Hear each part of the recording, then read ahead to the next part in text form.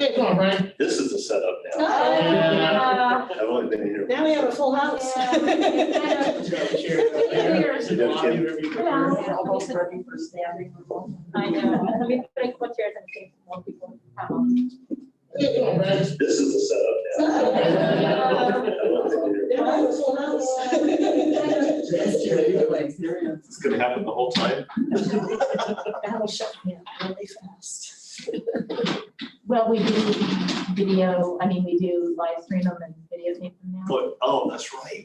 Things, you know, things that happened during the pandemic, Hey, some good things that happen. yes, you have to kind of, Well, and we'll be bringing it to the board next month, but a bill was passed last week.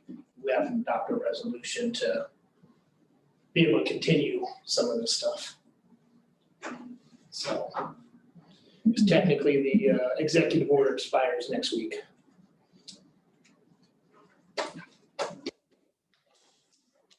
well, I mean, we're meeting in person now, so what is it we have to do? In the event, say, a relapse of COVID and shut down.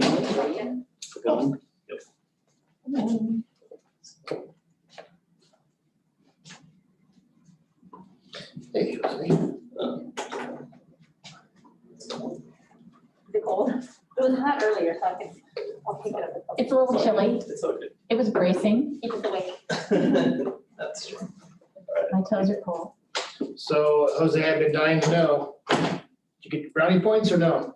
I did get brownie points, lots of brownie points. Good move. At the market night, there was a booth that had a, was it Like pottery? Ceramic, yeah, it was, Is that the one that had the cool pumpkins? and Yeah. stuff in the front, yeah. I scored on one of those. he got his wife one. He's like, I'm waiting to get my wife one. I'm trying to text her. She's at school. She's not answering. She really likes this. I'm like, dude, just do it. He's like, yeah, you're right. So that was successful? Yes. Oh, good. It was pretty cool looking too. I liked it. When you're unsure, buy your wife. Yeah, there's never a time I can't buy your right presents, not that I've got. Just make sure it's not a present. Buy out for the cinnamon yourself, rolls are really. delicious. If it's really a present, yeah. That was the only thing. I still say you need to find more booths that He knows are that, toward I mean, it's not stupid. We're on a mission. They've been given a challenge, to put it that way. Kind of buy my own. that we heard from it.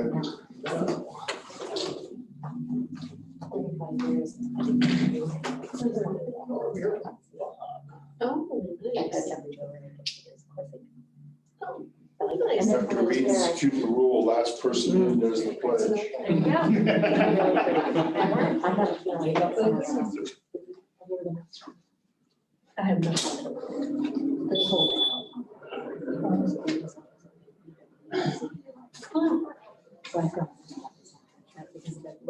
You're in the motorcycle, Brian? Yeah. Big traffic? That's exactly what. You know, I used to swing on a thing every day. This is like the second day I've had it out, like months. Really? Yeah. At some point, went. Yeah. So it's SD 13. Oh, yeah. What was it? Oh, Goldwing. That's what you said. Yeah, it's just red blood. Yeah. Does that up. Yeah. I say, Mr. Yeah, President, we can go 35, ahead and it only start the took me meeting. 35 years to get my extra ones. All right. In that case, the next to the last person came in. Do we have the thing that we're supposed to sign? Oh, it's at my, we'll go get started. It's at my desk. Okay, let's not forget to do that, everyone. Thank you. Okay, I will call the board meeting of the Berry Recreation Park District to order at 6:31. Jose, would you do the pledge, please? Please rise. Ready, begin?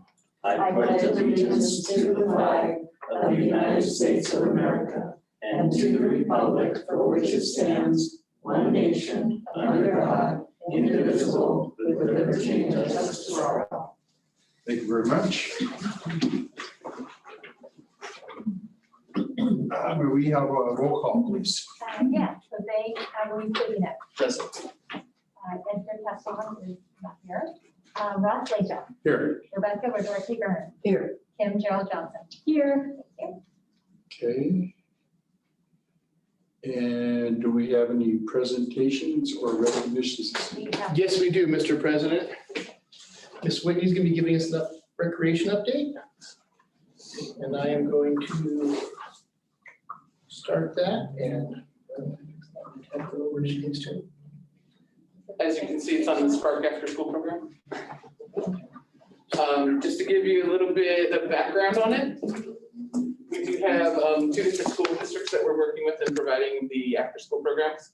One is with the Recreational Unified School District. We actually have 2 sites, Camino Real Elementary School and Del Sol Academy.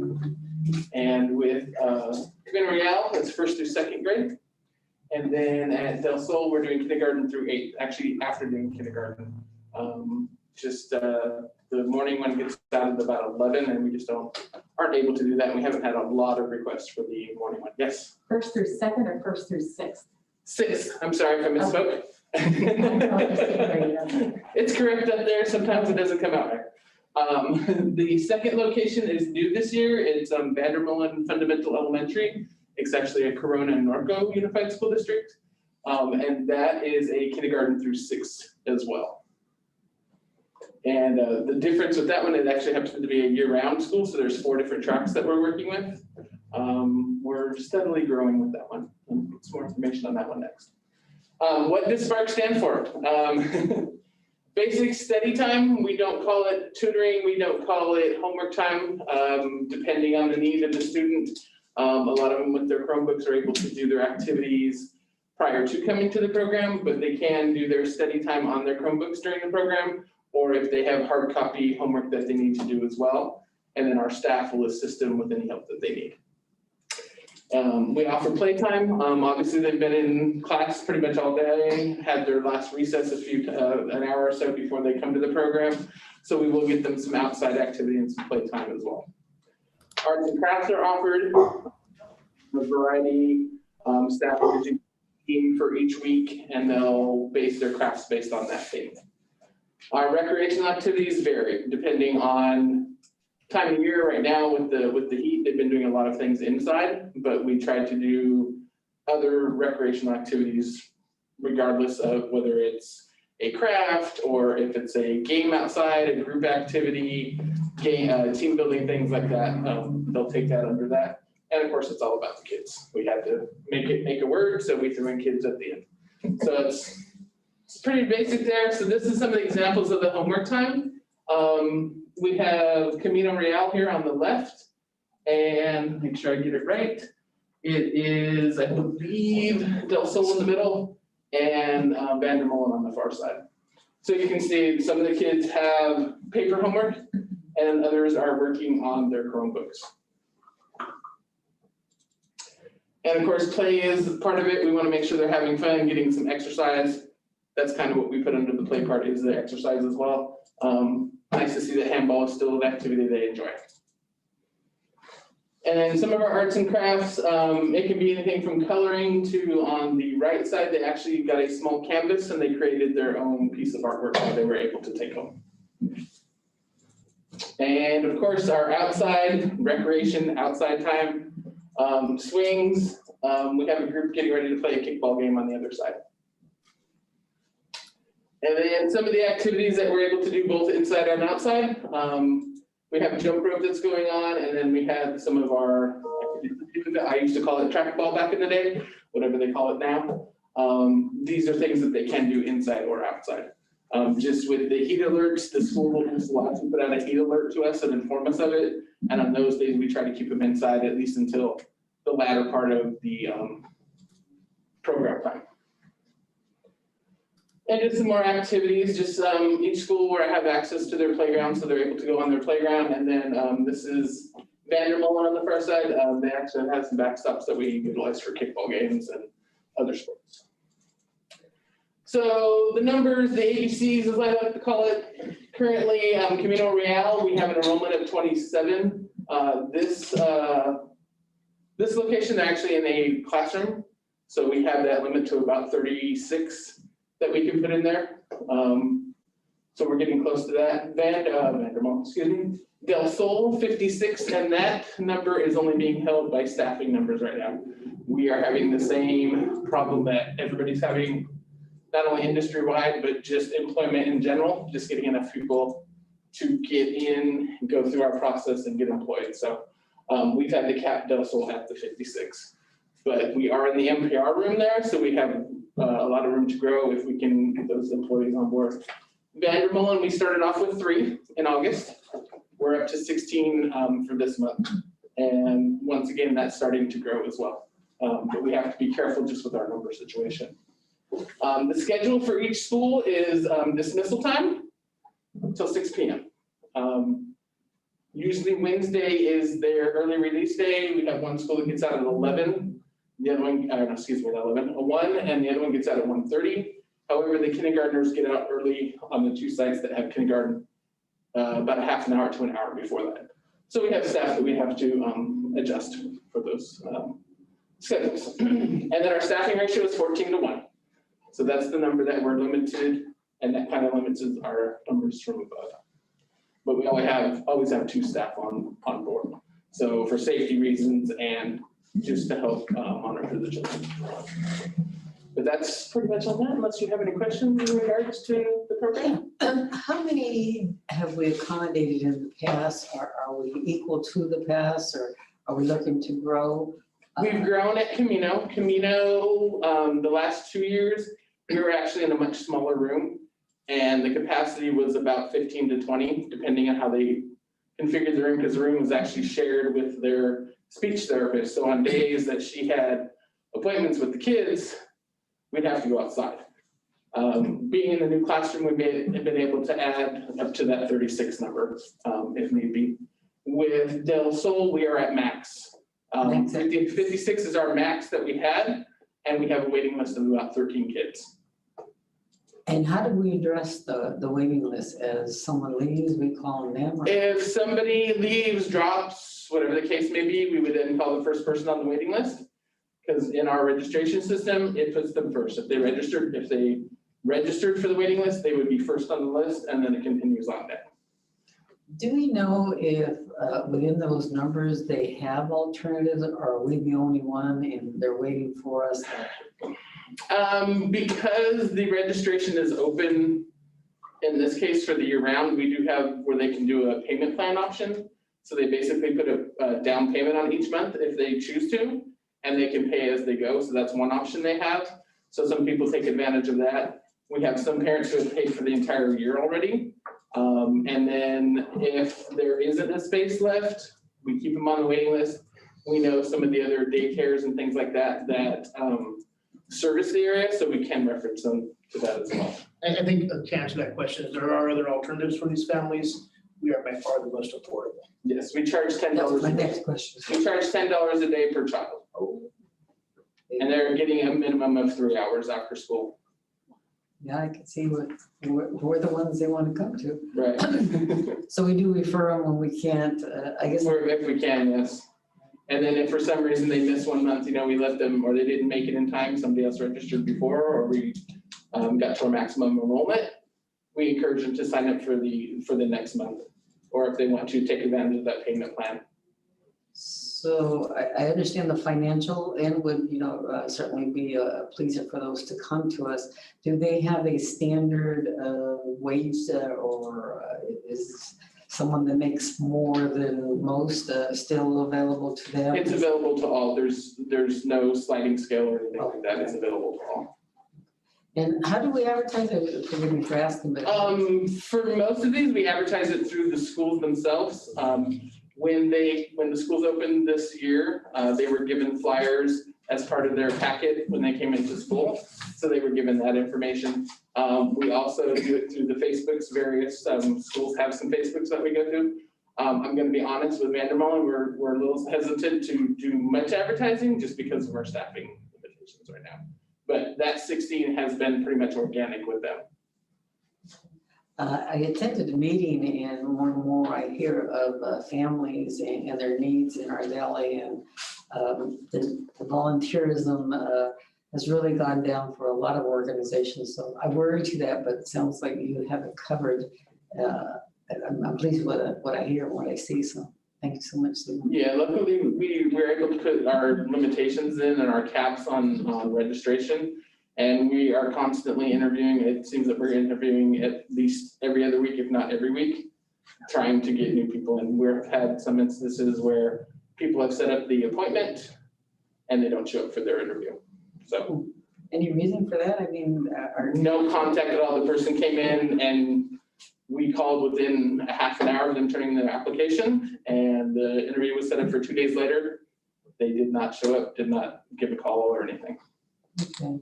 So we actually have 2 interviews tomorrow, so wish us luck. No, you know, we definitely want them to come to us. We definitely want to serve them. So that's why I asked the question that I'm asking, how, when, and how come, but you answered them. Thank you. Yes. Why is it that they're not letting you use the multi-purpose room at Camino Real? A variety of reasons. And right now we don't necessarily need to, I don't have a demand. We have nobody on the waiting list. We've actually moved, and when they had a new principal a few years ago, and with the teachers union and needing staff training and things like that, that's their site for their staff training, which would happen after school hours. And if the band has something going on, or they have a back to school night or an award ceremony, that's the only place they have to do that. But Del Sol has multiple? Yes, Oh, yes. Frankly, it works better for us being in the classroom. Mhm. We don't have to worry about moving our stuff in and out all back and forth every day. It works a lot better having a dedicated space. And in instances at Del Sol, when they've had to use the NPR, they have the upstairs classrooms, so sometimes they give us, and the library is an open space upstairs, so they'll let us use that as well. With Vanderbilt, we haven't run into that issue yet. Camino Real has a library too. Well, it's just, I'm just thinking in this day and time, it'd be nice if you could spread out a little bit more, but. With the NPR, it allows for a lot of spread, but as Colby said, sometimes the logistics on that even can be challenging just because there's too much room. Okay. I'm sorry, NPR. Multi-purpose room. And I just want to end, not related to this, staff is planning their retreat appreciation kind of get together, recreation staff. So I know in the past that some of you have contributed a gift card or two. I'd be more than happy to accept those on their behalf if you are so inclined. We usually do it in mid-December. So there's some time, but since I was here tonight, I figured I'd put the word out. Okay. Thank you. Thank you. Thank you, Zena. Mr. Chairman, I need to fix my chair before we go on. Sure. There's something wrong with it. Sure. How do you make it so that the back doesn't just flop back? Good question. Sometimes we. Some of the chairs are a little tricky. Let me just take a look at it. It's just, I'm afraid I'm gonna, I can't, there's one that we just can't seem to get to quite right. This is the one that You want doesn't me to work out. bring Let me another one? switch it. Thank you. Always pull that one out, right? You just trade with that very side. Right.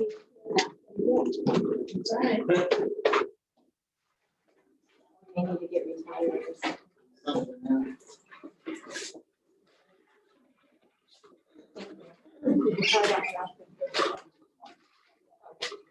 Thank you. Oh, it's just easy.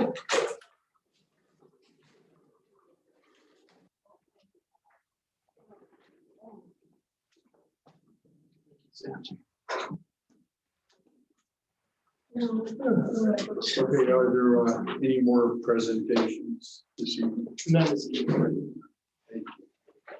Move on to item number 3, which is public comments. I have one speaker this evening, and that is Diana Leach.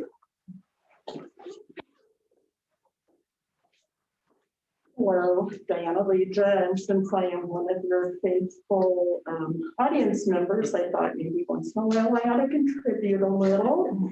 And what I would like to ask is that maybe the Special Events Committee, if that's appropriate, consider looking into a big truck day. It's something that I've kind of talked to Colby about in the past, and something that I just can't let go of. I've seen it done in other cities and it's been very well received. If you'd like more information on what I'm envisioning available, or if you wanted to do your own research, but I would just like to ask if it could at least be looked into. Well, it's a blank for me, so if you could take a few minutes, I'd appreciate it. So my daughter lives in Portland and they had one there at one of their parks. And they brought in like fire trucks, like dump trucks. Big any construction kind of- trucks, ambulances, Big trucks. military vehicles. Any- The big truck. Cranes, yeah. Anything that's a huge. big truck, Yeah. little kids love that, they can climb on them, they can talk to the people who drive them. So that would be a Just- day that you're seeing Yeah. it look like. Yeah, Trash trucks, the kids line up to Yeah. check out the trash truck. kids are fascinated with Yeah. trash trucks, I don't know why. Hmm. But anyway, it's nothing that I think we've had in our city since I've lived here. And I just think it would be a big hit with especially the smaller kids. I'm already excited.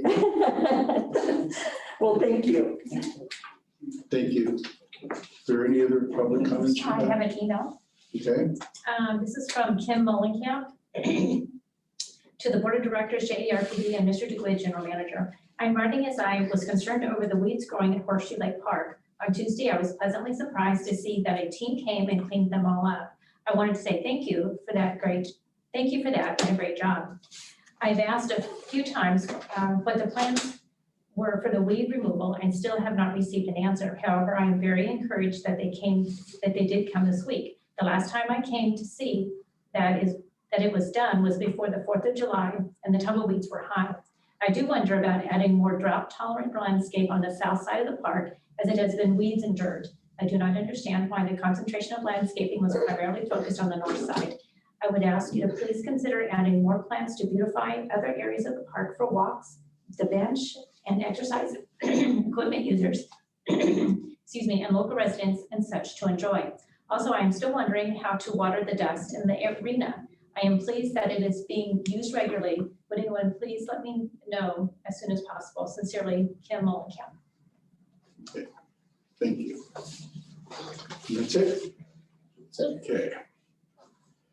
Move on to item 4, which is the consent calendar. Would any board member like to pull an item from the consent calendar? Okay, in that case, I move that we approve the consent calendar. I second it.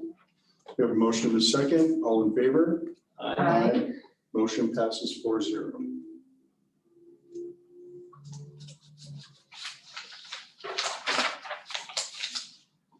Okay, move on to item number 5, which is board action items.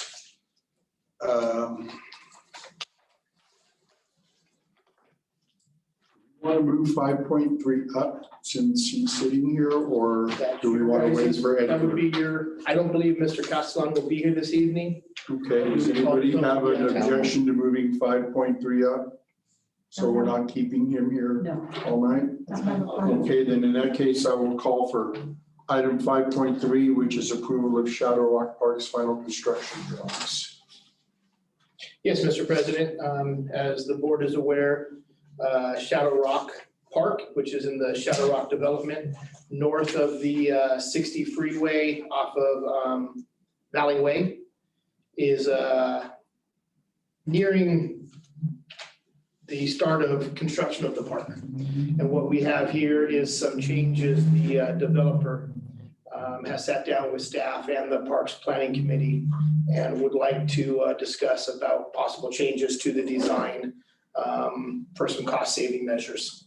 I'm going to go over them here kind of briefly. I know Mr. King from Lennar is here as well to answer any questions. I think he has a small presentation as well. Probably not. Not much presentation, but I can speak to the changes. So the number one is converting the walkway lights to solar. Removing 1/2 court basketball and slightly rotating the second court. Replace part of the walking path with DG instead of concrete. Remove a portion of the walking path between the baseball field and dog park. Remove the 2 picnic tables associated with the removed walking path. Remove 1 set of bleachers and reposition the other 2 behind home plate. Remove storage area associated with the snack bar. Remove the stacked rocks, and I have some pictures of this stuff if you want to see what it is. And then convert the metal roof material on the trash enclosure to wood instead of steel. And then remove 8 palm trees. And then a majority of the concrete was 6-inch thick concrete, and the recommendation from the geotech is the 6 inches not needed based on the soil compaction that was achieved, and taking that down to 4-inch. That's essentially the changes that were there. The park is significantly over budget for a number of factors that Mr. King can go into. And one of the things, as you're aware, the district is part of a JCFA with the Group Unified School District. And through that JCFA, we're receiving what we refer to as premium funds, which is essentially 10% of the bond proceeds in excess of the reimbursement that the developer is eligible for, that would go to the district for use within the district for future development projects. This is something that was started a number of years back, and the board expressed some concerns with. And that's one of the reasons that we're now looking at participating more actively in the BOLA program. This is essentially increasing their park bond, their park tax by $500,000. So the thought is to use those funds, make them eligible for additional reimbursements to Lennar. Seeing how those residents are paying for that tax. That's it in a nutshell. I do have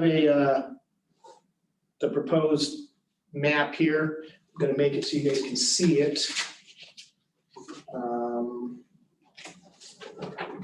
know why my computer's doing it this way. But we can zoom in as we have discussion on this. But I'd like to open it up to board comments first before, and I think Mr. King can answer. Yeah, ask any questions or comments or. And I guess I should introduce, this is Brian King, he is the project manager. Yep. Yeah, for the Shadow Rock, so. Yep. Okay, do you give yours talk now, or do you want to listen? No, go ahead if you'd like to ask questions. Okay, I'm gonna start on the left here and go with Mrs. Johnson and let her start. This is the question asking time, not the comment time. I would say yes. Okay, so let's keep that in mind, everyone. This is our time to ask questions, not comment on whether we like it or don't like it or whatever.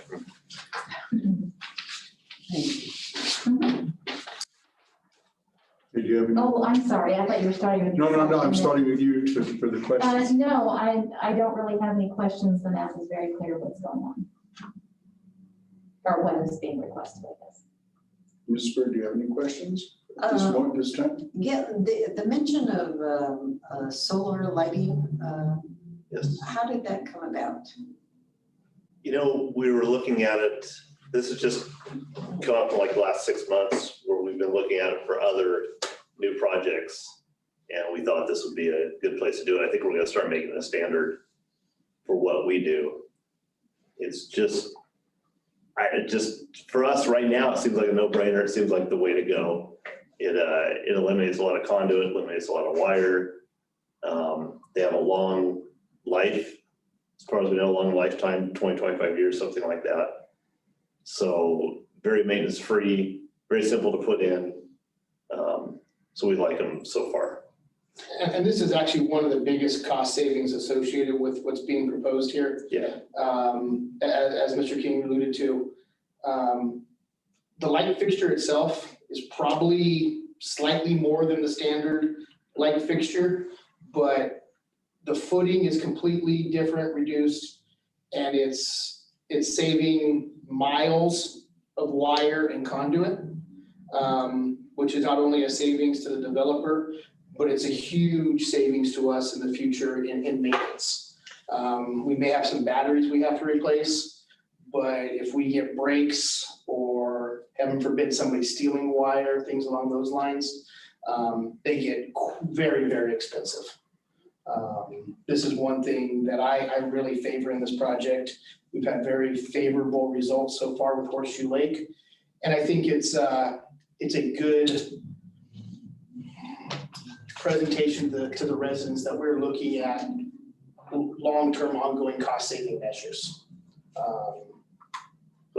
Plus the lack of cost, Yeah, exactly. Bill, Yeah. monthly bill. Yeah, yeah. I realize it's this project, but you recall that, I don't know when it was, 30 days ago, that I had a couple of constituents at a park, and they were speaking of, all this as if though it was like a no-brainer to them, if you ever wanted a thought, or, we'd like to kind of tell you this, and I thought, well, I'll make mention of it, so I'm not gonna take the credit, I'm gonna say, there is something out there that definitely what you said was something to listen to, and guess what? On our new project, we're going to be doing that. So I'm happy to hear that. All the savings that you're talking about, Colby, of course, is also a plus. But anymore, I remember when we had wiring and lighting even in our homes, and everything is solar out there. And I thought, well, that's good because I can replace it and all. So I'm pleased about that. But you recall what the question I had asked you, Colby, in regards to that. So again,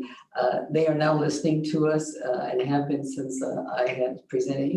You can see our meetings, you can hear our meetings, and definitely you have thoughts or any ideas, things like that. Please do mention it. So I'm thankful that. I mean, solar's been around for years, so it's like, why now? But that with the LED bulbs, very low energy usage, and then the batteries have been, greatly increased on capacity. So now it's like they really do work. So yeah, that's why now. Okay, thank you. Jose, do you have any questions at this time? No. My first question would be, how do we end up with this 1.5 million thing from the start to now? Right. Where was the errors made? What happened to create this gap from the original park planning to now? Yeah, I don't know if there's any errors made. The building industry right now is just crazy. It's just gone off the charts. So labor's gone way up. Obviously, materials have gone up. You guys heard about the lumber, except lumber's come back down, but PVC pipe and all these other materials have just gone through the roof. But labor's a big issue too. So when we went to bid this out, it's a public bid and it's advertised, everything's done legit and above board. I had like 13, a lot of people pull packages on a public bid, but from what I see from the list, it's about 13 of them were actual end user contractors. A lot of their subs pull packages too, but they're about 13 contractors. We got 3 bids in on this. And the second and third bid were just crazy high compared to the low bid. So it's just the market right now. It's just what it is. It's unfortunate, and we're going to be out of pocket on it. Usually CFD money pays for the park construction and reimburses the developer for the land. The land that's gone, I mean, we're not going to reimburse the land, and then we're probably going to be at least 600,000 over on this out of pocket, possibly more. So overall, we're probably $1 million out on this. So but that's why these VE changes we proposed did not really decrease the nature of the park whatsoever. We still want a nice park there. It's in the middle of our development. So we still want a nice park there. That's where we're willing to go with the full plan here with just some minor little revisions. Okay. Well, there's no more questions at this. Yes. Oh, I thought of some questions and I'm sorry. Go right ahead. In the staff report, it says you're over by 1.5 million, but then you said 600,000, then you said maybe $1 million. So what is it? It is over about 1.5, and I've got 400,000 in VE value engineering revisions that we're asking about. They're asking for today. Once 500, I started just fine tuning the numbers, and it came in more like 400. And then the 10% premium to the district.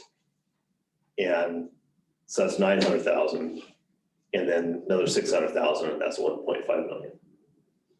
And I think one thing for the board, just to clarify, there are 2 pocket parks associated with this, and there will be no reimbursement request for those 2 facilities. That's order, no. Okay, so I'm confused about what does the 10% premium have to do with your cost for the park?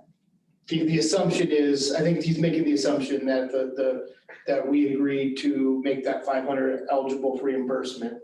That's where he's getting his final number. Okay. Right. If we don't, it will be 1.1 million. And have, in terms of reducing the thickness of the concrete, is this like concrete we would ever not be driving on like a driveway, but driving over, taking our trucks into the park or anything? No, the way this park is designed, not like a river bend where we have the access road there. Mhm. It's not open to the general public. Yes, if there's a maintenance issue, we need to bring a vehicle on. We would be able to get our vehicles up, but not the general public. So 4-inch concrete, you'll think your concern is cracking or being broken. Yeah, that's not we don't have a concern with that. We do it, 99% of our parkland is only 4-inch concrete. Okay, and I just want to be certain, we don't have any driveways or anything like we do at River Bend that would allow, for example, a tanker truck or anything like that to come into the park. Okay, and then I understand, you know, you have your cost documents. Have any, I didn't see anything in my packet. Have any of those been presented to the district so we can see your numbers?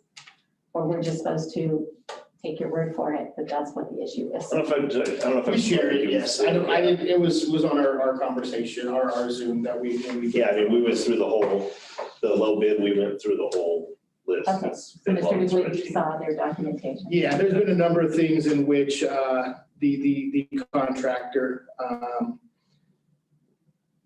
did refine numbers. You know, you guys did this 2-3 months ago? Yeah, at least, yeah. And some of the things have come down, you know, concrete has come down a little bit, the forms associated with it, they were able to refine some numbers there. Right. There were a lot more items on the list. We started off with 3-4 times as many items. And then I knocked some out, you knocked some out, landscape architect knocked some out. We all kind of went through and got rid of certain items. You know, the type of things we wouldn't touch. I mean, the parking lot, you know, we're going through the whole park planning process. We enlarged the parking lot. You guys asked for a larger parking lot. We made a larger parking lot. Playground equipment, you asked for a certain type of equipment, especially accessibility. And we did that and we didn't touch that. We looked at touching some of the surfacing. We decided not to touch that. The baseball fields, the backstop for the fields, we looked at reducing those down to a less expensive option, and we decided not to do that.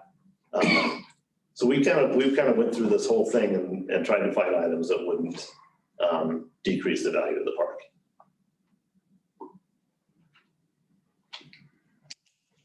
That's all I have. Thank you. My other question is on the, and I don't know if it's the right time to ask or not, but going to the DG, long-term, I'm talking, you know, 10 to 15 years down the road. Right. What is the difference, you know, how much more is the maintenance cost on DG compared to concrete? Or, you know, I mean, I understand that concrete can sometimes shift and we have to shave it down, but that's a very localized point, and I'm not sure the cost of that compared So actually, to. we do have some numbers for you, and that's where I talked with Land. And correct me if I'm wrong here. We budget 4 cents, 4 cents, 2 cents. 4 cents. 4 cents a square foot per year for maintenance and replacement, and we budget $15,000 For what? for concrete, Lynn? Let's see, concrete was, I believe, about about $15,000 annually for replacement. So again, you're not gonna replace it all in 1 year, but when you have to replace it, you might replace quite a bit of it. Because there was 33,000 square feet of concrete in the plan. And then on the DG, 4 cents per year per square foot. So it is significantly less maintenance for us in the long run on the DG. And honestly, one of the things we're finding is for the walking paths for exercise, they are far more desirable by the public. Obviously not by the baseball fields, not by the tot lots and stuff like that, but out around the ball fields and stuff. I feel that the change to the DG is actually be more. And how wide are, I 10 foot. So either it's 10 feet wide concrete or 10 feet wide DG. It's like 8 feet. Oh, I'm sorry, you're Yeah, 8 foot, it's yes, thank you, 8 foot. Our trail standards Yeah. for the walking path it's- within the park is 8 foot. Could someone, I have been given apples and oranges numbers, I've been given $15,000 for concrete and 4 cents a square foot for DG. I took it out. You said my calculator. 15,000. So it's For 33. effectively, we budget about 45 cents a square foot for concrete Uh-huh. on an annual basis, And as compared to the 4 cents for DG. So as far as budgeting for maintenance, we're covered. why does concrete require so much more? Because when you have to replace it, it's very expensive. It's, you have to bring in tractors and heavy equipment to remove it and haul it out and then pump it in. As to where DG, we can literally add to it. We don't have to remove what's there. If it's, we get a rut worn, we can bring in DG and add to it and compact in place. So over time, DG is definitely more economical than it's going to cost the district less, say over a 15-year span than concrete. Yes, exactly. I'm just trying to think of long-term down the road. We And do, I didn't It's know, all gonna be I didn't know those beautiful the numbers. first few years. I'm glad to know those numbers. Yeah. and our DG, our trail standard, it does have a 6-inch mow curve on both sides to retain it, keep it in form. And even if we have a crack in that, that's something our maintenance staff can repair in-house. We don't have to bring in a mason or a concrete contractor to rip out. And like the issue we had at River Bend when the fire truck broke it, Mhm. you know, that was a $40,000 repair job. So, because it's labor intensive. And to- hopefully we didn't do that. And no, we have not, so. And we did replace that with 6-inch concrete, so it wouldn't happen again. But yes, it's quite costly when the concrete goes. When there was a fire, River Bend, they drove a tanker truck in there so that the helicopters could land and get refilled and then put it off again. Yeah, I knew it after it happened. Yeah, and that's great, except that it caused some damage. It was kind of very impromptu. Yes, but you know, fires are impromptu, but Yeah. now we know, and so we have to be prepared. No, I don't have any other questions. Okay, I have a question on the walkway that you're planning on removing. Right. As far as things go, okay, it looks like it was a concrete walkway at the time. Right. As far as maybe putting that back in with DG instead of having concrete there, because I think the path probably should be either going past the dog park and going to that. So, I mean, what would that change as far as the numbers, right, making that path DG? I know the Instead same of exists per lineal foot. I don't know how long that is. Because I would like to keep the path, there. Personally, I don't mind going to DG, especially now that I know it's very, you know, it's better over time. You know, I just was curious as to see if that could be kept as DG rather than completely eliminated from the plan. I also don't really like removing 2 picnic tables. I mean, after all, it is a park. But Mr. President, I can actually say I recommended the removal of those 2 picnic tables. The fact that they're not under shade, from what we've been experiencing in our parks, they don't get used. That was a recommendation that I believe I had put out there in regards to it. And being that they are kind of out there in no man's land, when they are used, they typically are used for less than desirable activities. in the palm trees, are you planning on putting in some other kind of tree or just eliminating the shade out there altogether? Palm trees don't create much shade. Too much shade and they're dirty and they're They're messy. dirty and they're messy, and And they cost a lot to maintain, so I have no problem When I with yes. removing the palm trees. when I reviewed this with Kurt, he said, I can't get rid of palm trees. I never put a palm tree. No, I tree. don't have an issue with that. I just wonder about putting something in their place. So let we me are pull creating up, some shade out there. I did pull up the, this was the PowerPoint we were given back, the design of this. Let me take through these. Get out to the dog park area here. You can see there's quite a few other trees still within the program, But not where the palm trees are. not where the palm trees are, no. So There's still shade available. what is that big pink thing right there? The what? The The big pink thing? Those are different trees. I don't know what what the legend is for, what type of trees they are. Yeah, I don't know off the top of my head. Yeah, we could look them up in the planting plan, but Okay, so the pink things are also trees. yeah, the pink are trees, the green are trees, the brown is DG, and the green checkered is actual grass. So the dogs do have a place to go. I assume the dogs are gonna go where the dogs want to go. They tend to go on grass far more than the DG, yeah. They both have a drinking fountain, animal-friendly drinking fountain. Are we over question time and comment time, or are we still on question? Well, do you want to speak before we have comments, or? Yeah, just to that trail. I mean, we could keep that trail. Landscape architect told me he doesn't like it there because of the ball fields. He doesn't like someone walking along and getting belted by a ball, but I don't know if you see that as a concern or not. I talked to him a little earlier today. And he said- I see his concern. Yeah, I think that's why he recommended it. I also see people walking across the field to get across there if they want to get across there, where if there was a trail available to them, it might at least put them at the far end of the travel of the ball. Yeah, they Right, have an obvious path as opposed to just. Right, it's just walking across the field. it's a good counter argument. And if I may, I could share a concern Ms. Johnson had in if we removed what is in orange here essentially. It now makes the path of travel for somebody per se walking in the evening, going out around the dog park. And they're up against a slope and they're kind of boxed in there and they got some fences in the way. Are we now creating a potential hazardous situation for a walker out there by themselves? Where they're out of sight from other people. Are we opening them up to some sort of violence or something like that? And I think that's something to consider as well. No, actually, I'm looking at it and I don't see why we can't.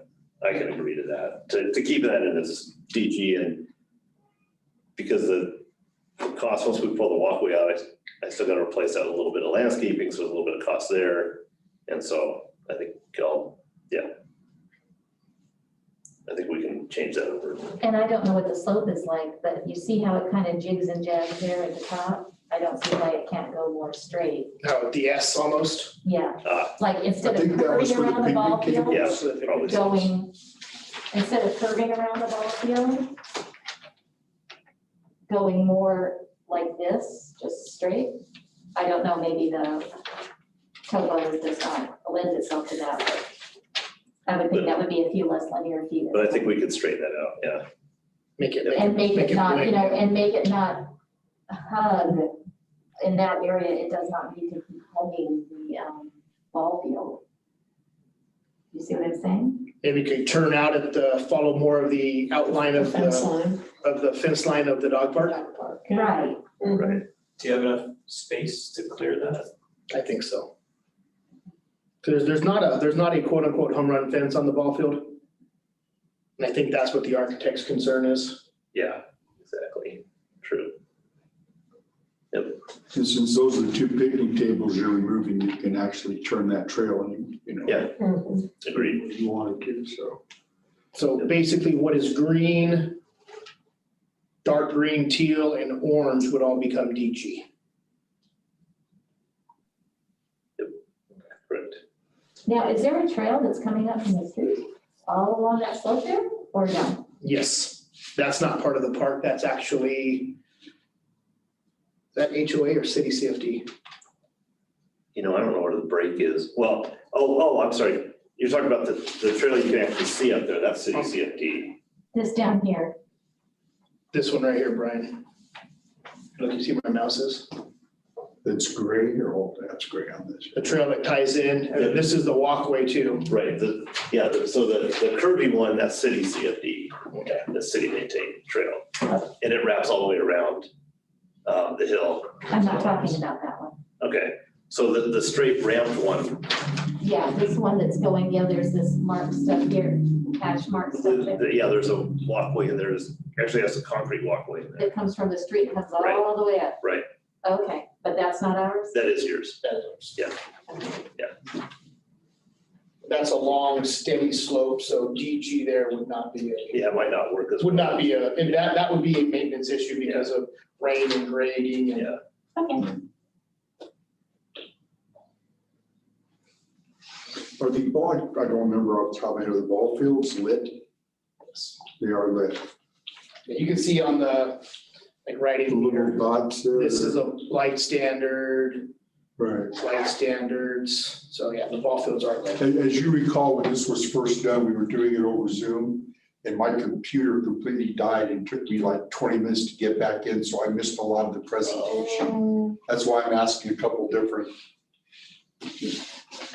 One of the downfalls of, have to do Zoom meetings, if you lose your Wi-Fi or. Oh, yeah. Yeah. I've been there. So I did miss part of the presentation, so, yeah, other question, the maintenance room. Now, is that gonna give us an issue because whatever we were storing there to maintain the park now is going to have to be trucked in and out? So originally,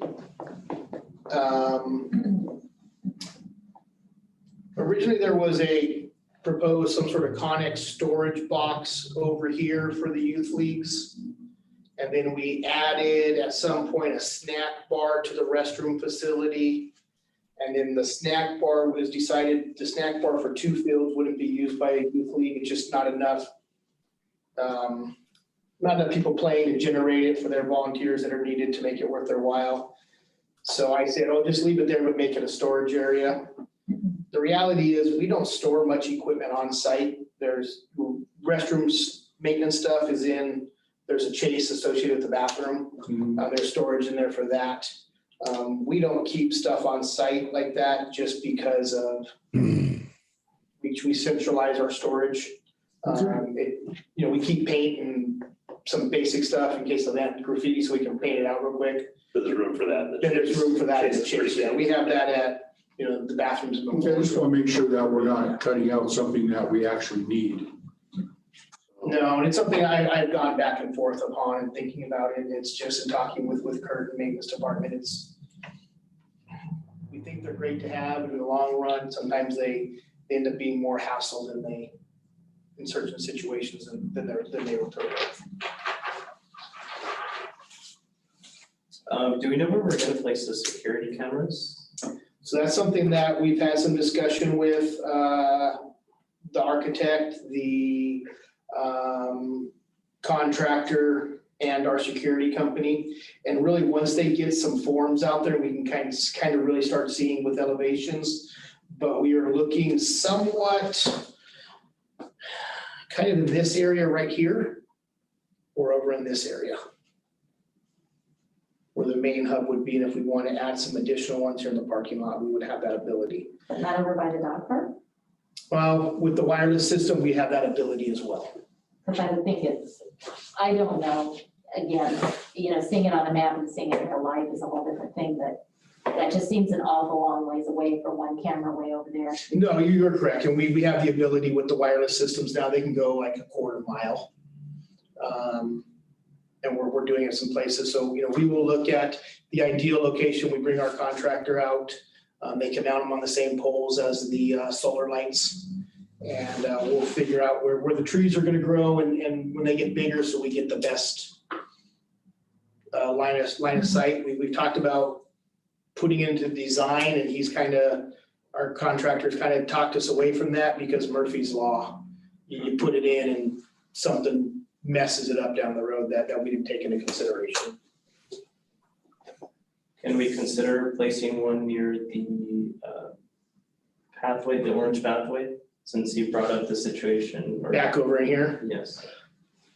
Again, I think once we get the park going, we can see what our best line of sights are and the zoom that are available on some of these now. We might be able to set something down here by the dog park, as Ms. Johnson referred to, maybe in this corner or even back up in here. That would be able to have multiple cameras, shoots this way, shoots that way into the dog park. It's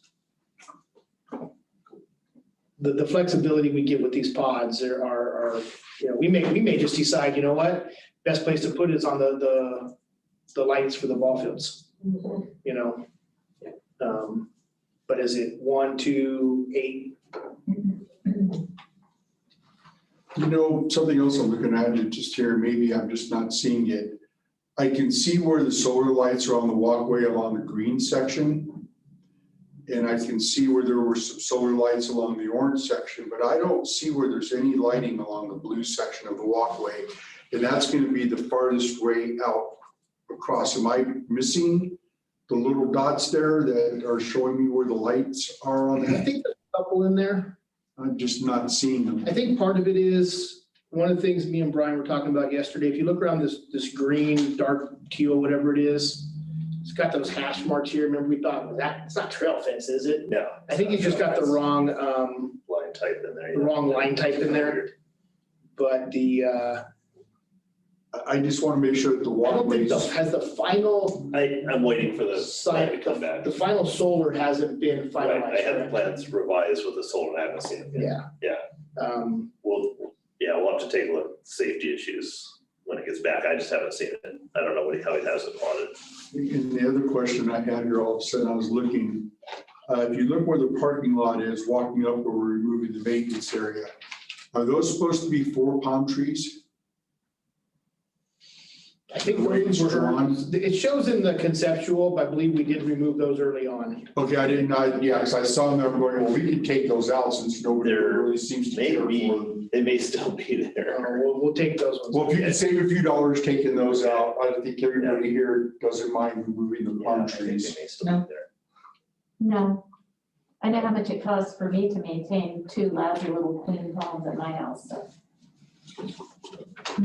So that's something you can look into and. And just for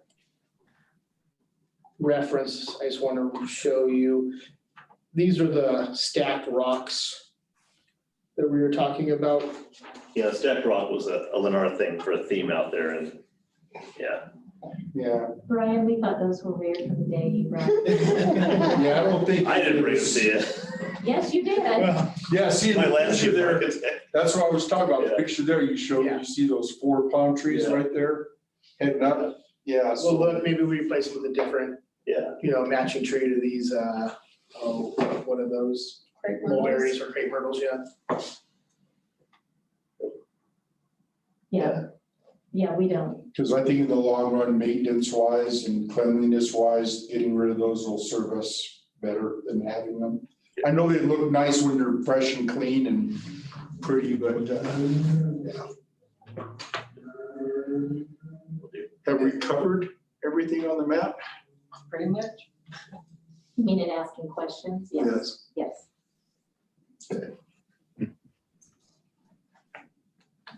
So then what's the next step here? Comments? Comments? I will start with you again. Okay.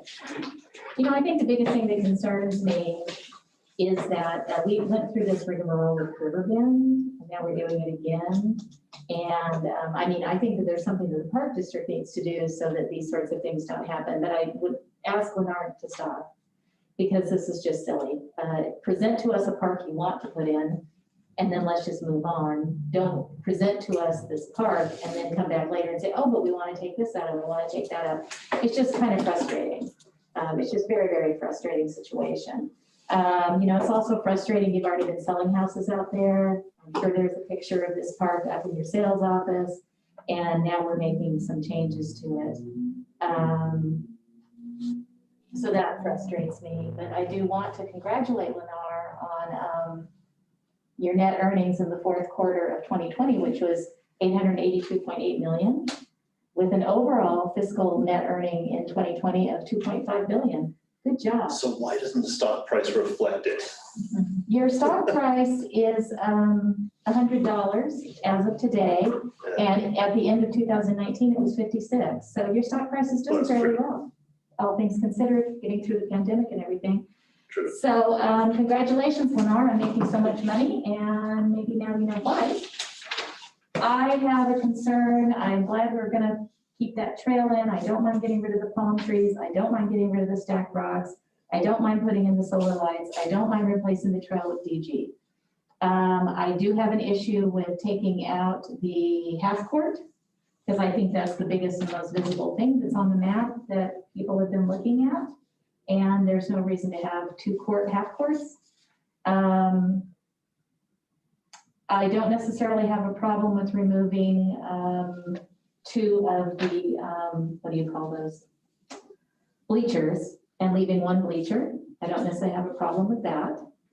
If Mr. DeGuid seems to think that there is no need for the storage room, then we don't need a storage room. But I've already had a discussion with him that there will be no Connex box out there. We either have a storage room or we don't have a storage room, but that was the whole point of the storage room, is it so nobody could come to us and say, oh, we need storage, let's put a Connex box. We have Connex boxes at Vernola, they look awful, they look They do. absolutely awful. They And do. this is not what these people are paying for, is to have Connex boxes in their parks, so that's fine. I don't have a problem with turning the pavement from 6-inch to 4-inch. I can only go based on what I'm told, and I'm told that that's not a problem, so. And we do have the letter from the geotech reflecting that. Okay, so at this point, the only thing we haven't discussed is the half court. I don't know if Mr. DeGuid has any comments or, but I just think it's a good sized park in a decent sized neighborhood, and 2 half courts is better than 1. But I don't know, you said there was something about slopes or something? Yeah, the more I've looked at this, I'm gonna zoom in here a little bit here. A concern that I've brought up, you can see kind of how the basketball court was positioned before. You see this, the dash line here, that's limit of work. That's a slope. If you've been out to Shadow Rock, it's a significant slope. There's no good of fence there? There's not a fence there, no. I'm afraid balls are gonna be going down there all day long. So that's a concern I have with the 2 basketball courts. The way they're put up there though, are you gonna have the same problem regardless whether you have 1 or 2? I mean, the ball still has the potential to go down the slope.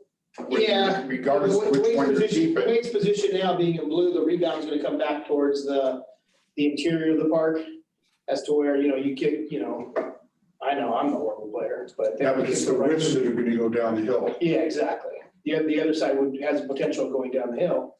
And then are we just gonna deal with a maintenance issue of that, not ours, that's city owned, correct, Brian? Yes, it is. The monument sign, is that a maintenance issue of people chasing balls down that frankly steep hill? And then tearing it up, coming up and down type of a deal and. Well, I guess I'm not understanding. Is the blue what is the proposal that it be, or is the pink? No, the pink was the old one and the blue is how the new one would be faced. So the backstop is, the backboard is right here and rebounds would bounce out towards the interior of the park. It was rotated because it was, look, Yeah, we rotated it so it lined up more with the walkway and stuff that was there.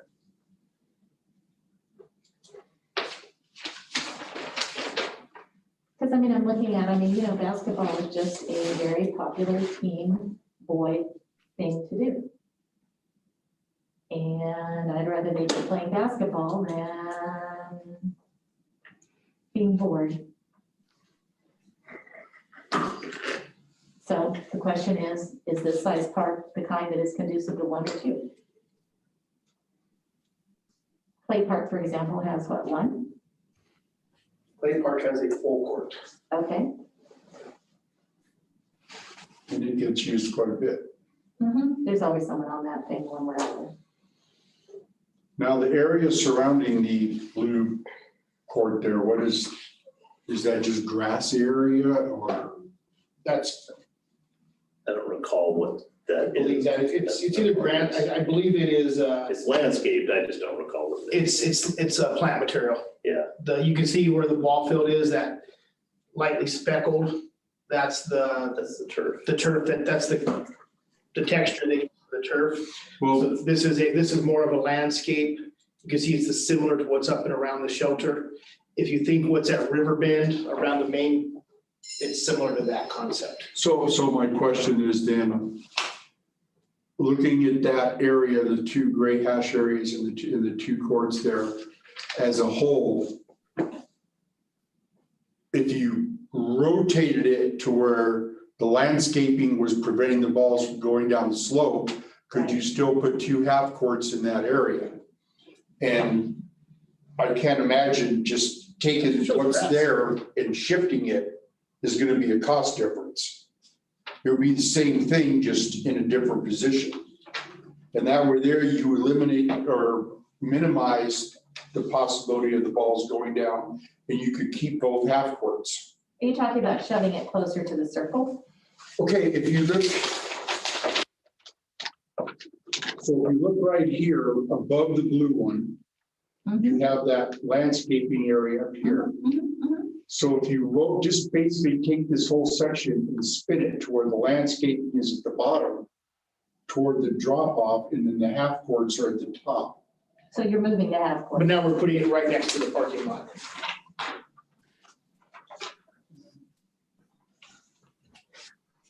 Yeah, I thought we were just moving it closer. I don't know how much closer will be the parking lot compared to where it is now, but yeah. I thought you wanted to slide it all up. Well, yeah, just kind of like spin it. I don't know if that's the correct term, but yeah, Rotate it. yeah. There is space there that you could just push it closer to that circle there. I mean, aesthetically, but who's gonna be looking at it from above to say, oh, aesthetically, it's not nice. Right, and the two landscaping areas, if they were put to where it helped protect the parking lot and the drop off there, and you just move the two half courts up, then it seems like it looks like on the map, there's room to do that. So is what I'm saying.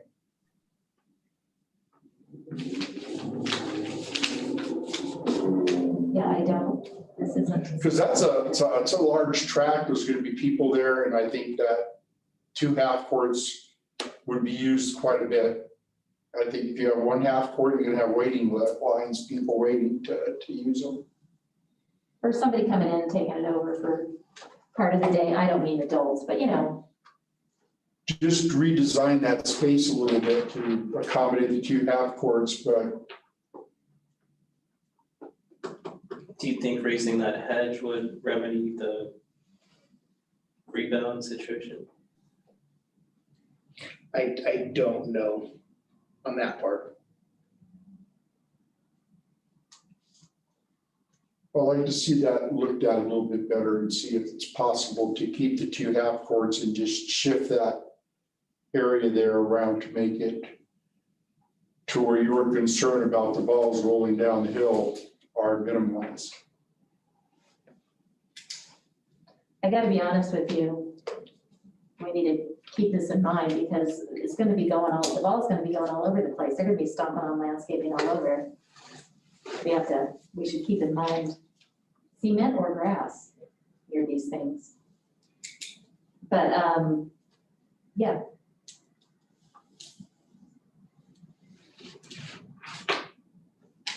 So that would be my main thing, because I don't like the idea of the half court going away, but otherwise.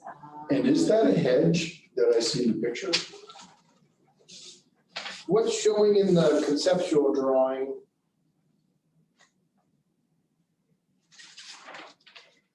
We would have to refer back to the landscape plan and see if that's actually a hedge. Yeah, because I didn't bring a full set Yeah, I don't have with it. me. Because if that was a hedge, that could, the ball's not gonna roll through the hedge. So, What's happening to the two benches and shade things if you're taking out one of the half courts They were relocated to, around, to be associated with the basketball court still. I remember that discussion with Rick.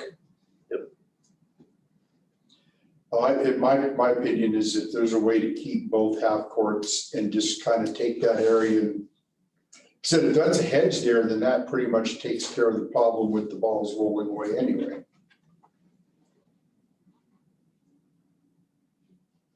That doesn't show up on the map that we have, but it shows up in that drawing, so.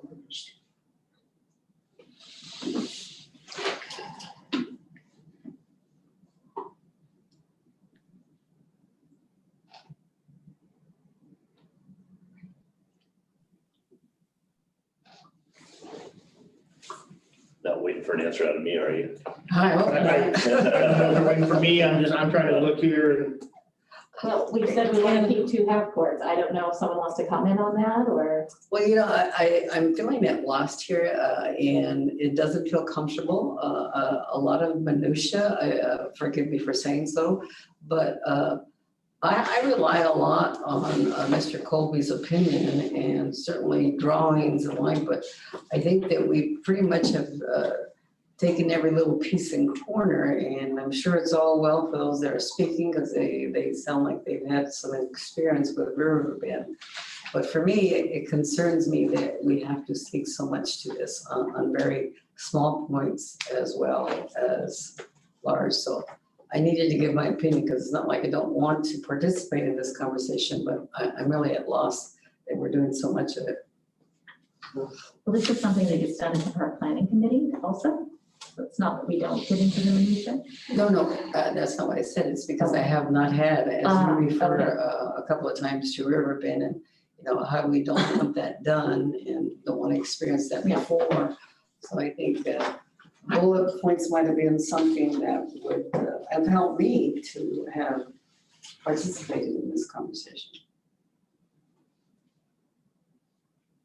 But I think we've done pretty good is in compromises and shifts. I mean, that little DG path was not a big deal. We even found a way to save more money by taking out 4 other palm trees. We pretty much agreed to everything else. Solar lighting was a no-brainer. I can't imagine why we would ever build a park in the future without solar lighting. I definitely. So I think the only thing that I think that we're talking about now is if there is a way to keep The balls from going over.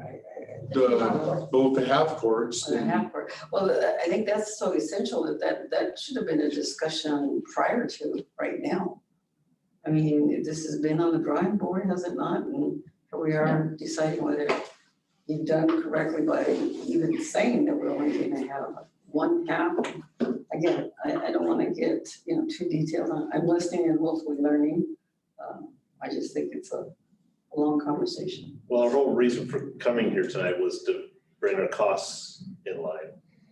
And you explained that prior, yes. Yeah, that's why that didn't come up before. Appreciate that.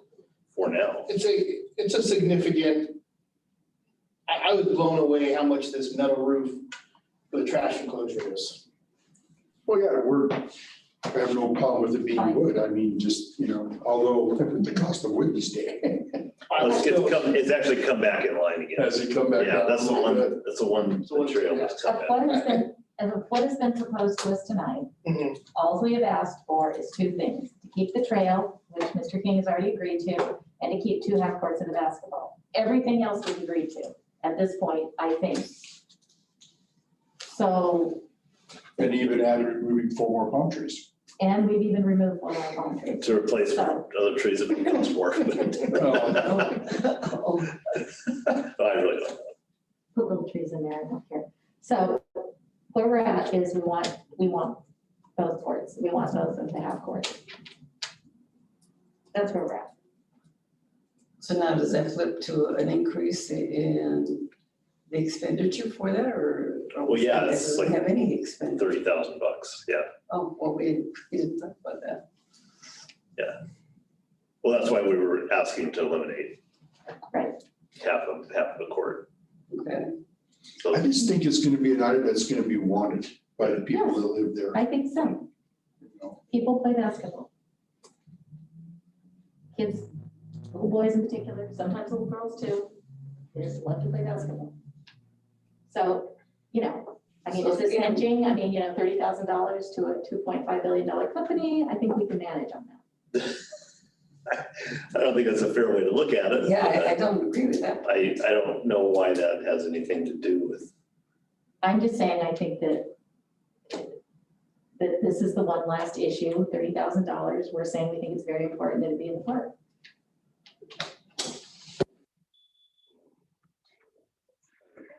listen to the board's recommendation. So, Well, I again, mean, you don't have the ability to say yay or nay at this point, or? I assume you guys will be making a recommendation after all discussion. If that's what you recommend, then that's what you recommend. Okay, I don't necessarily agree with that, but I'm not the board. yeah, but I want to hear from you because I think it's to be your expertise to tell again, us as opposed to. Well, I'm here to try to bring costs back in line with basically with the CFD originally we started with 5 years ago. And I'm trying to get costs more in line with that. And we spent a lot of time going through these park plans and trying to find revisions that would save money that wouldn't adversely affect the park. And that was our thoughts. And what I'm hearing is that second court, in your view, adversely affects the park, removing it. And we came in with our recommendations, and you're making your recommendations, and I'm listening. at this point, do you want us to make a motion, Mr. Twitter, or? Yeah, I'm just trying to looking at something to hear if there's just something that jumped out at me that would be, you know, like the palm trees type of a situation. I really don't know the answer on the half-court basketball. The second one, if it is a make or break situation for the residents liking or not liking the park. Frankly, it's probably going to get used more during basketball season than it gets used during football season. You know, it's just kind of, you know, people watch it on TV and they want to go play. So I just look at it, Colby, as it doesn't matter which park that we have, a half court or a court in. Anytime you drive by it in the evening, there's always people on it. So they are definitely something in the district so far that has proven to be greatly utilized, wherever they may be. But I just So- heard Colby say, a little contrary to that, it's not gonna make or break the park, so which is it? It's gonna Just make. try. I don't have, I'll be honest, I don't have an answer of, Yeah. you know, it's absolutely needed or it's absolutely not going to need it. Obviously, more is better. I don't think, no, I mean, I don't think that's a fair way of looking at it. Do I think that removing any of this is gonna make someone hate the park? Of course not. No. We're just looking at it in terms of things that are utilized at the parks that we have, and half-court basketball is a popular item. And it seems like taking one out would be an issue. Just like taking that trail out would be an issue, but other than that. Well, myself, I just don't, I'm on the fence with that, and I'm listening to Colby here, you know. That's a concern to me, that you would positively know the area, Colby, that you would agree or push us to another thought, and not just that it's $30,000, because if we make our decisions, you know, and that's what I'm feeling. Okay, why didn't we think of this before? Why now? Why now that $30,000 does make a difference or it doesn't make a difference? Which is it? Well, Jose, you're on that committee. So what were your committee's thoughts at the time when you talked about the half court? Well, I hadn't seen the drawing of the hedge, but we were in agreement that they would remove it because of the slope and the ball's going down there. Also, Colby did bring up a good point, ball's going down, and then the signage, that's part of the city. But And the hedge is not going to stop all the balls. no matter No, what. no, but it's gonna And minimize. it's gonna take a number of years for that to grow into a barrier. You know, the trees aren't gonna be this big, you know, we all understand that.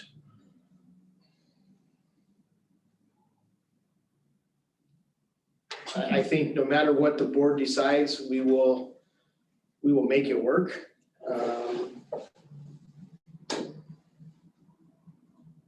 Well, I could make the motion that we approve the construction drawings, but with the caveat that we find a way to keep both half carts. You know, And we keep the trail. And that, well, yeah, the trail, which we've already agreed on the trail. Using DG is gonna, you know, be much more effective, so. So could you say that again, Russ? I'm sorry. Well, I want to approve the plans with the changes that were requested, with the exception of removing the other half court. Read my motion that, and keeping the trail, the orange trail changed to DG. Those would be my only two differences in the plan. And I would second that one. Well, I haven't finished discussing it. I'm trying to Well, decide. please, go right ahead. We just, I didn't realize that you were on that committee. So could you again explain what your thoughts were at that time when that was mentioned, that it would not be to full course? You did discuss that at that time? Yes, or we you did. not? So Colby brought up that there was a slope and it was a really steep slope and that balls would go down the slope and it would be cumbersome and it would be perhaps dangerous for people to go get their rebounds down that slope. And so again, we just saw this drawing and that's how we came to the conclusion that the half court would be, one of the half courts could be eliminated and then the second one rotated. So you were not concerned at that time, you and your fellow committee member, I think it's Edgar now. Because Edgar's not here, I don't know what his thought was, but it was between you and Edgar at that time. And you were not concerned, or you were concerned? Concerned about, About the balls going down. we were concerned, yes. What was gonna be the remedy to that? You didn't have one at the time, or we would discuss it later, or? Well, the priority was safety, so that's why we went with the removal of one of the half courts. We hadn't Oh, seen I see. the drawing of the hedge, or we really didn't have an idea that there could be a hedge there. Or something to prevent. Oh, I'm kind of surprised that there's no fence there. Because then anybody in the park can just go over to that edge and go toot them down. I pulled up a street view of that monument corner there, as you can see, that monument there, it's 16 feet tall. Yeah, something like that. Yeah, it's big, and you just don't see the slope behind it, still a few feet taller than it.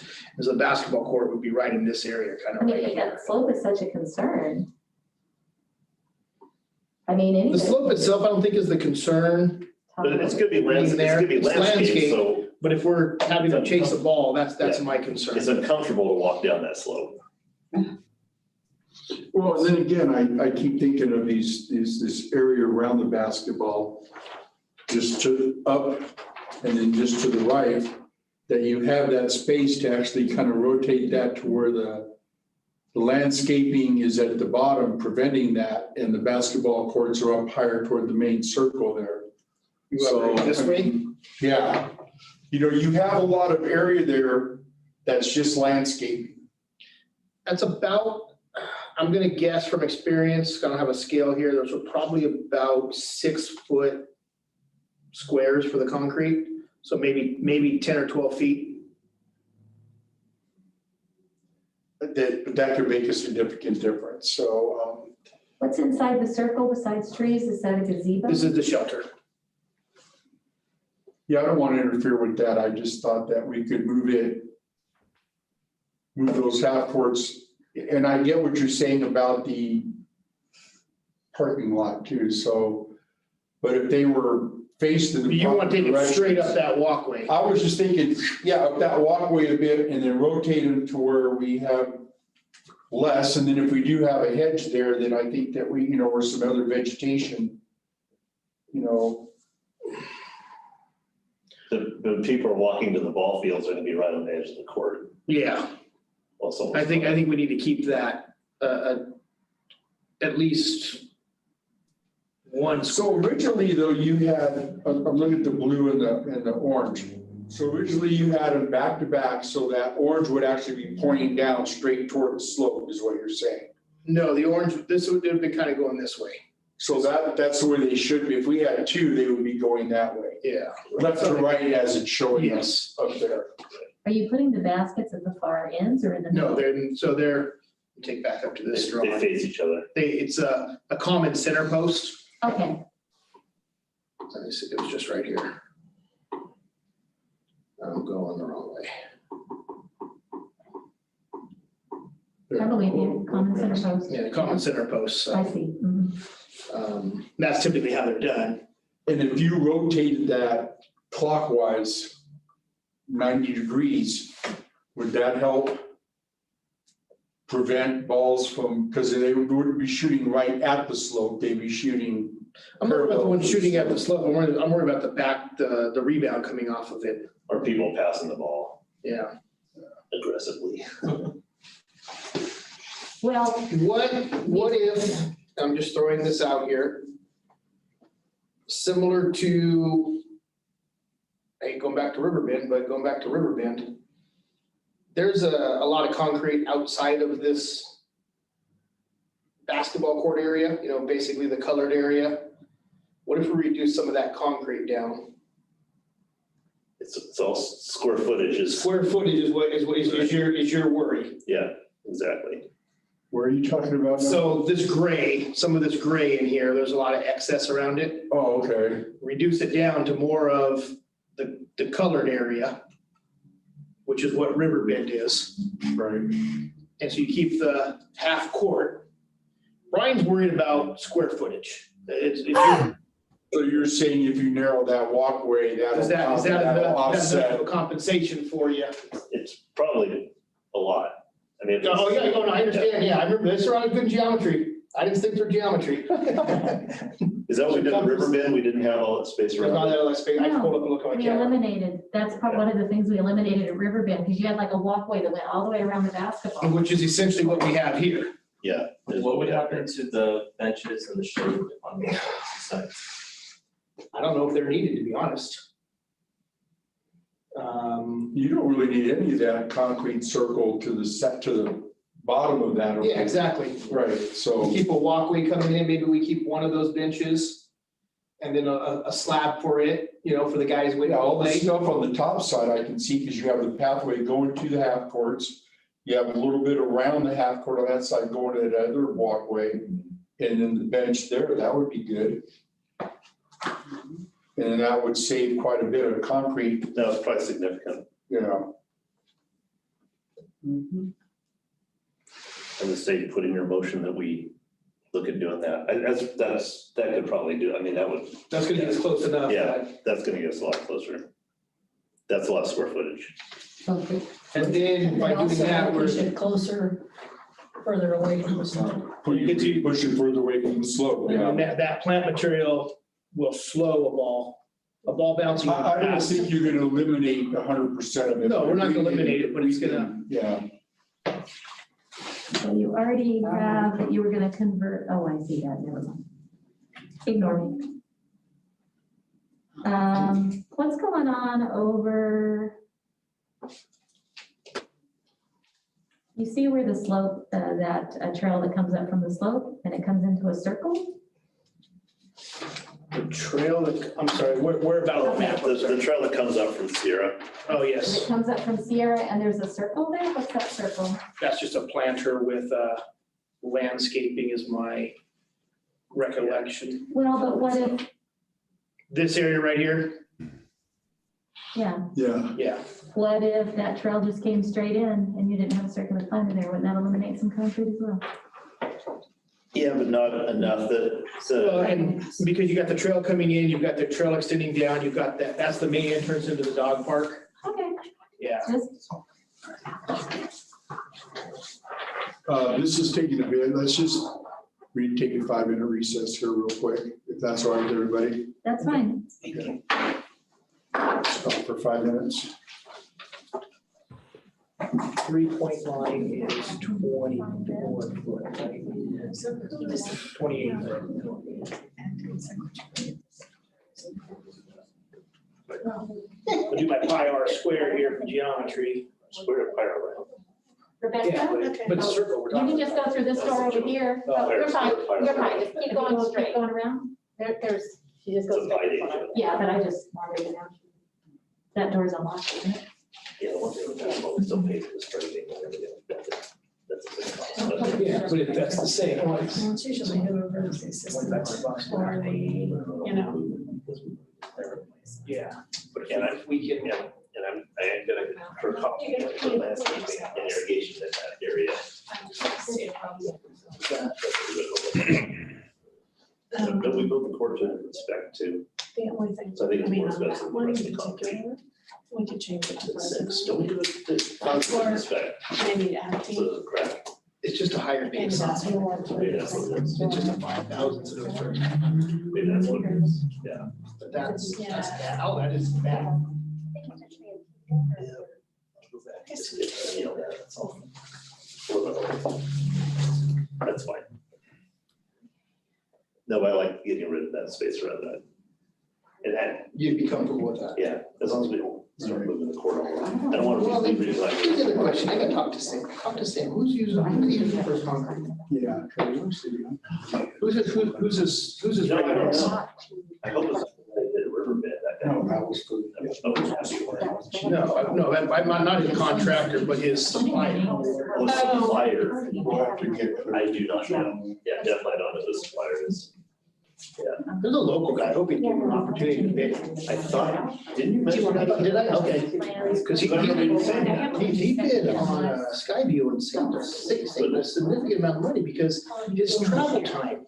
You did bring that up. Yeah, we're on that call. You brought that up. Yeah. I just like to see a local business get an opportunity to bid on a project happening here in town, but he's literally. My dad was His buying a lot of 27. plant is on 20. Oh, no. This is- It's true. Oh. Yeah. Not as You much know, as it because, used you know, to. with the prevailing wage on these drivers, if he's coming out of Corona, But the problem with Sam is he's not gonna get us that So stage. with Pittsburgh, Yes, that's his point. He's not gonna get us into the stage. Okay. It's unfortunate, but it's what it is. I get it. He's just Sign here on top. too,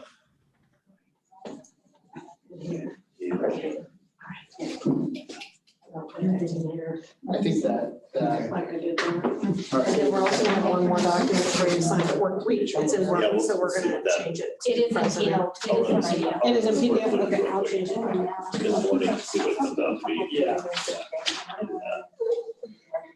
Yeah. I have an app. Yeah, I don't think. Yeah, but I don't know what the, I don't know what the radius and everything is. Oh, I haven't seen. Yeah. Amazon. Well, I can, I can work it out. Yeah, but sometimes I just want something. Yeah. It's just feeling sick. Hey, Colby. Sometimes I just want something. who's that or else? Yeah. No, I understand. Oh, We'll see very behind Just this say because it's so tall. 24 So now this foot. one's still clean. You're welcome. Anytime. Just Diameter? speak up.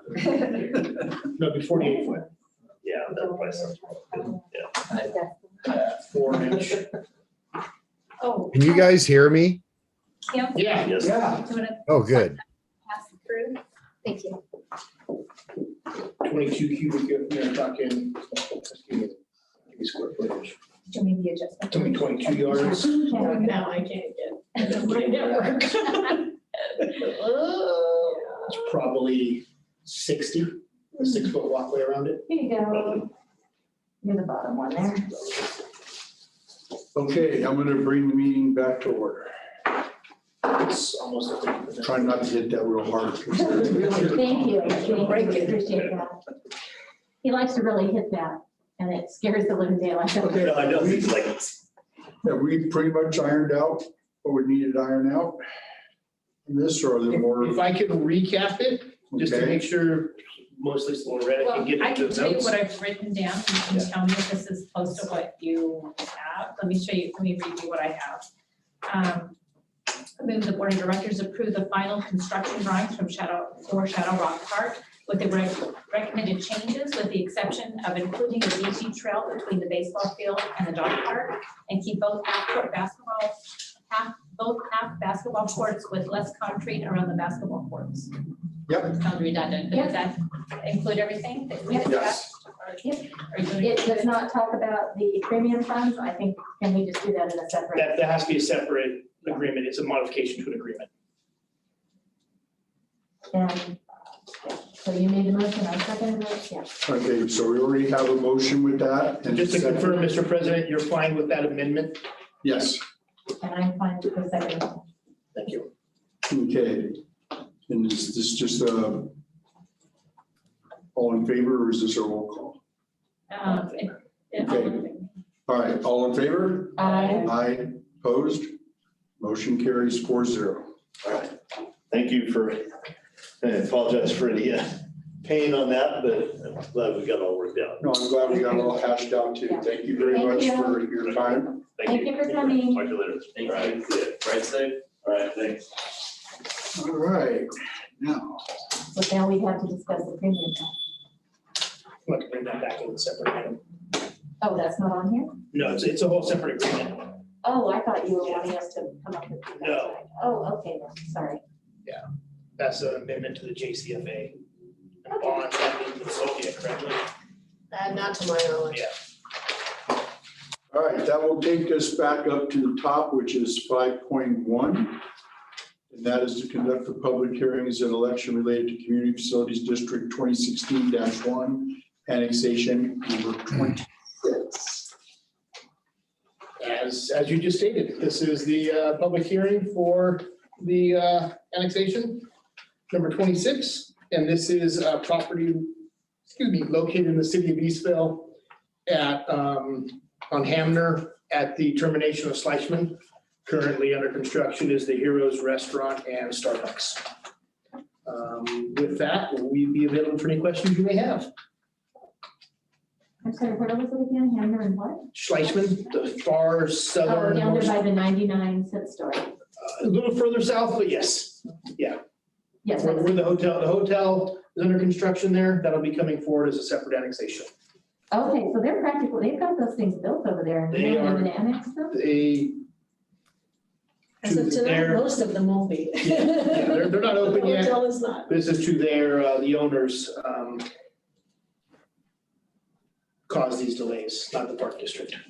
So, Oh, I did not think we caused the delay, but I was just surprised that it was so long. yes. Okay, so these are the fun ones where I get to read a lot. So Yes. we start here. These are the public hearings in this board's proceedings for annexation number 26 to Community Facilities District number 2016-1. The hearings are to inquire into the annexation of territory into the district and the levy of special taxes in the territory to be added to fund the cost of certain public services in the district. The public hearings are now officially open. Protests may be oral or written. Any property owner and any registered voter within the proposed territory to be annexed into the district may file a written protest. Does anyone wish to file a written protest? Okay.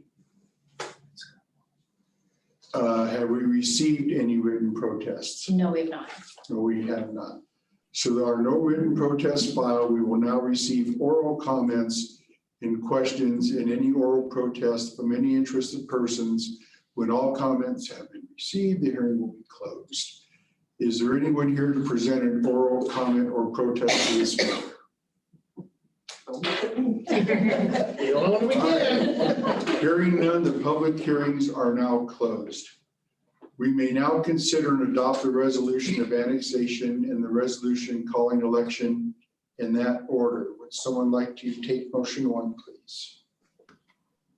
Okay, I move approval of resolution number 2021-44, entitled Resolution of the Board of Directors of Ruby Area Recreation and Park District ordering the annexation of territory to its Community Facilities District number 2016-1, subject to voter approval.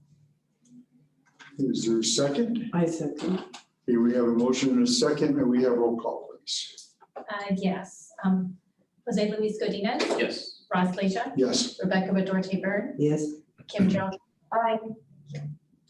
I will take motion two. I move approval of resolution number 2021-45 entitled Resolution of the Board of Directors of the Roonberry Recreation and Park District calling special election. May we have a second, please? I'll second it. Okay, can we have roll call, please? Yes. Jose Luis Godinez, Yes. Ross Leisha, Yes. Rebecca Badorte Byrne, Yes. Kim Jones Johnson. Aye. The resolution calling special election calls for the property owner vote to approve the special tax and the appropriations limit for the territory to be annexed to the district.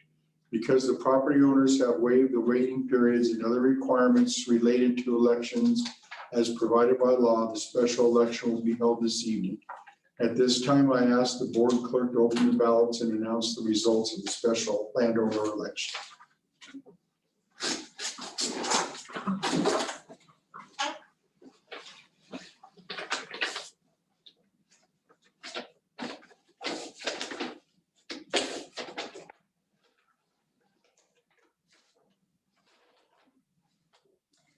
President, I am in receipt of one ballot representing 8.41 acres totaling 9 votes as a yes. Thank you. The results of the election being in favor of the levy of the special taxes and the establishment of the appropriations limit, we may now proceed with the final actions for the district. Motion 3, correct? Yes, I move approval of resolution number 2021-46 entitled Resolution of the Board of Directors of the Ruby Area Recreation and Park District declaring results of special election, directing recording notice of special tax lien. I'll second. okay, we have a motion and a second, and we have roll call, please. Yes. Jose Luis Godinez, Yes. Ross Leisha, Yes, Rebecca Badorte Byrne, Yes. Kim Gerald Johnson. Aye. okay. Motion 4, I move approval of first reading and pass to second reading the ordinance number 06-2021 entitled an ordinance of the Board of Directors of Roonberry Recreation and Park District levying special taxes within the Roonberry Area Recreation and Park District Community Facilities District number 2016-1, annexation number 26 area. Is there a second? Who was, Go ahead. I think it was Jose. Got it. Okay, can we have a roll call, please? Yes. Jose Luis Godinez, Yes. Ross Leisha, Yes. Rebecca Badorte Byrne, Yes. Kim Gerald Johnson. Aye. Is that it, or do I need to read this last part? Don't think you need to do. Yes, we're good. Okay. All right, awesome. That takes care of item 5.1.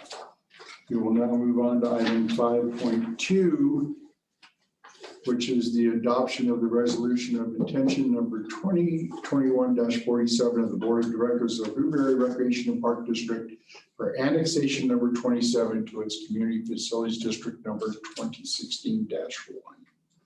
May we have the staff report, please? Just ditto that title there. As you said, this is the resolution of intention for annexation 27. This is a property located at essentially Market Street and where it meets Rubidoux Boulevard, which is north of the 60 freeway on Rubidoux. Proposed 21,000 square foot commercial building. It's some sort of, I believe it's some sort of Wheeler Trucking. Wheeler Trucking, a repair facility. I'll pull up the map here just so you're can reference where it is, but it's the dark line there. Here's Market coming up, and as Rubidoux makes that long sweeping left just south of Audubon, this is where this parcel is located. And this has already been approved by the city. Correct. Questions, comments by board members?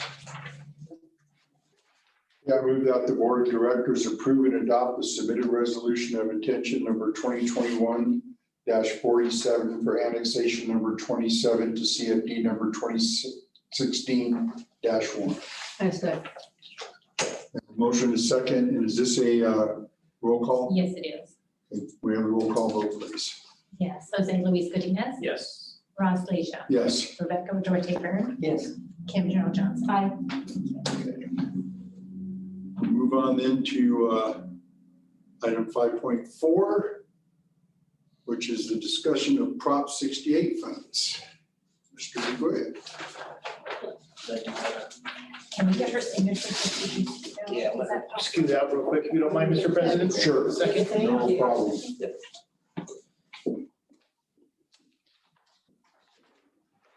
But I'll start here for you, if you don't mind, in a nutshell. As the board is aware, the voters of California approved Prop 68 number of years back here, 2018. As part of that, there's a per capita allocation. The districts have been awarded $254,350. $177,952 of that is the per capita allocation that essentially every agency in the state of California got the same amount, whether it be JRPD, JCSD, the city of LA, the city of a small city. Everybody essentially got that same amount of money regardless of their population. A little scary that, we got the same amount as, say, a city of LA of, 2.4 million or something like that, but it is what it is. In addition to that, because we were in a urbanized county, we got an additional 76,398 per capita for the total of $254,350. Essentially, we need to assign a project to these funds by the end of this calendar year. So I brought this before the board to have that discussion. There is a potential 20% match contribution, which would be roughly $50,000. The board would have to allocate depending on the project we select to use these funds for, unless they are in a severely economically disadvantaged community. I can pull up the per capita match requirement website, but in a nutshell, it's the only areas in Aruba Valley that qualify for no match would be portions of Rubidoux.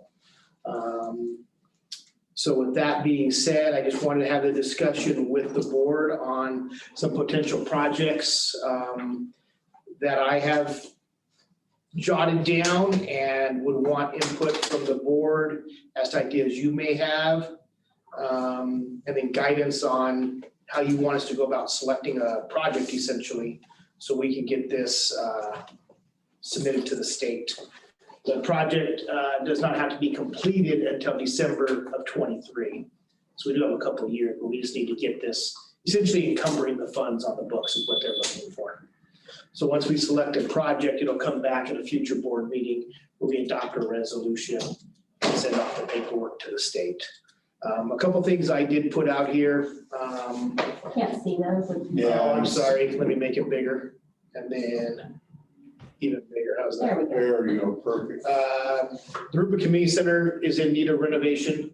The bathrooms are currently not compliant with ADA. There are issues with the kitchen. I don't want to say this too loud in the public, but the front doors are not as secure as they need to be. And the facility itself could use a general overall facelift. This project would exceed the $254,000, just depending on how far the board would want to go. The arena fences at the Rick Thompson Arena are in need of replacement, as well as Larimore Park arenas. Clay Park, I think would benefit from some exercise equipment. That's a facility that's utilized a lot and walked around. Same thing with Rancho Mira Loma. Memorial Ball Field lights did come down in the wind last year. Again, that project would be significantly more than this 250. And obviously the ongoing land acquisition or some projects I just jotted down out there. There are a number of things this can be used for throughout the district. Thing to keep in mind is it needs to be a capital improvement.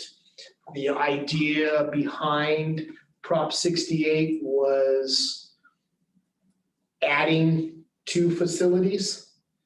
or improving them, not replacing them because they are at their longevity. Say if we really need to, we can use it for whatever we wanted, but the encouragement was for improving something, making it better.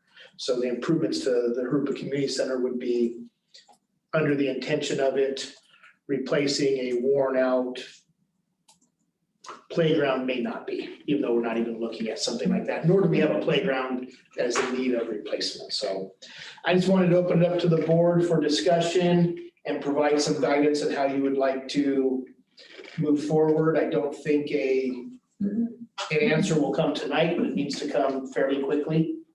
And that's kind of what I had for this point. I like the idea of it being used for more of a district-wide kind of thing, which would either be like the JCC renovation or the Rick Thompson Arena renovation. Rick Thompson being the biggest arena that we have, JCC being a facility that I think could be much better utilized if it was only renovated, had ADA restrooms, and was more attractive, to be perfectly honest. It needs a little love there. Because really, we do not have, I mean, it's great that we opened Skyview. That's wonderful. But given the size of our district, after Skyview, JCC is the next biggest, but it isn't really attractive or people are going to want to use it. I mean, would you want your wedding reception there? People do have them there, but I think it'd be nice if it was more attractive. Rick Thompson Arena, I mean, I don't see doing, I know that there are people that would love for us to renovate that to a level of for like a rodeo, but realistically to have a 2-day rodeo or a 3-day rodeo, there's only so much money that we can put into that. But that doesn't mean that the Rick Thompson Arena doesn't need some attention, needs a new sign, because that one looks kind of wonky right now, concerns me, and maybe needs some other things going on there. So that would just be my suggestion. I like Larimore because I have received a couple of suggestions to go down and review it and all that. So my priority looking at that list, if there's anything that can address compliance, which you mentioned the bathrooms and ADA, that certainly would take that worry off of our plate. So in prioritizing, I think that you have so much money, but can't do it all. So I would prioritize definitely what I'd like to see is Larimore myself, as they have spoken to me. And I'm not too much in terms of knowing what the renovation at JCC is, but if there's any compliant issue there that if 20,000, some of the money is put towards that, we would feel better, I'm sure. And just to throw out there some more information, and these are round numbers. The renovation of JCC, depending again how far the board would have to take it, the renovation of the bathrooms would exceed this $254,000. Wow. They are not compliant. It's gonna require knocking out some walls, but we don't have an ADA compliant stall available at this point. And it's something we're gonna have to address sooner than later anyways. They would take all the money. So plus, yeah. Yes. The reality is I wouldn't be surprised if, to renovate the restrooms, fix the issues with the kitchen, redo the storefront to make it more secure, upgrade the flooring, paint, we're pushing $1 million. The ceiling in there needs to be. Yeah, exactly. That's the ugliest, that's Now, the biggest. that's not saying that we don't have the money available for it. We do have funds available. We have some funding coming as well, but, through development here. But we have roughly, where were our financials, $3 million in development back fees as of today? Right here, sorry. That are not currently allocated. Nothing is allocated, yes. Plus a significant money coming in from development that is starting here. Aguamon's a project, they just paid us $250,000? 3.25, yeah, so There's money available for something like that. And I do agree with the comments being made. It is an ADA issue. At some point, we have to address it. And it's not gonna get any cheaper. Well, not whether we address it with this money or some other money.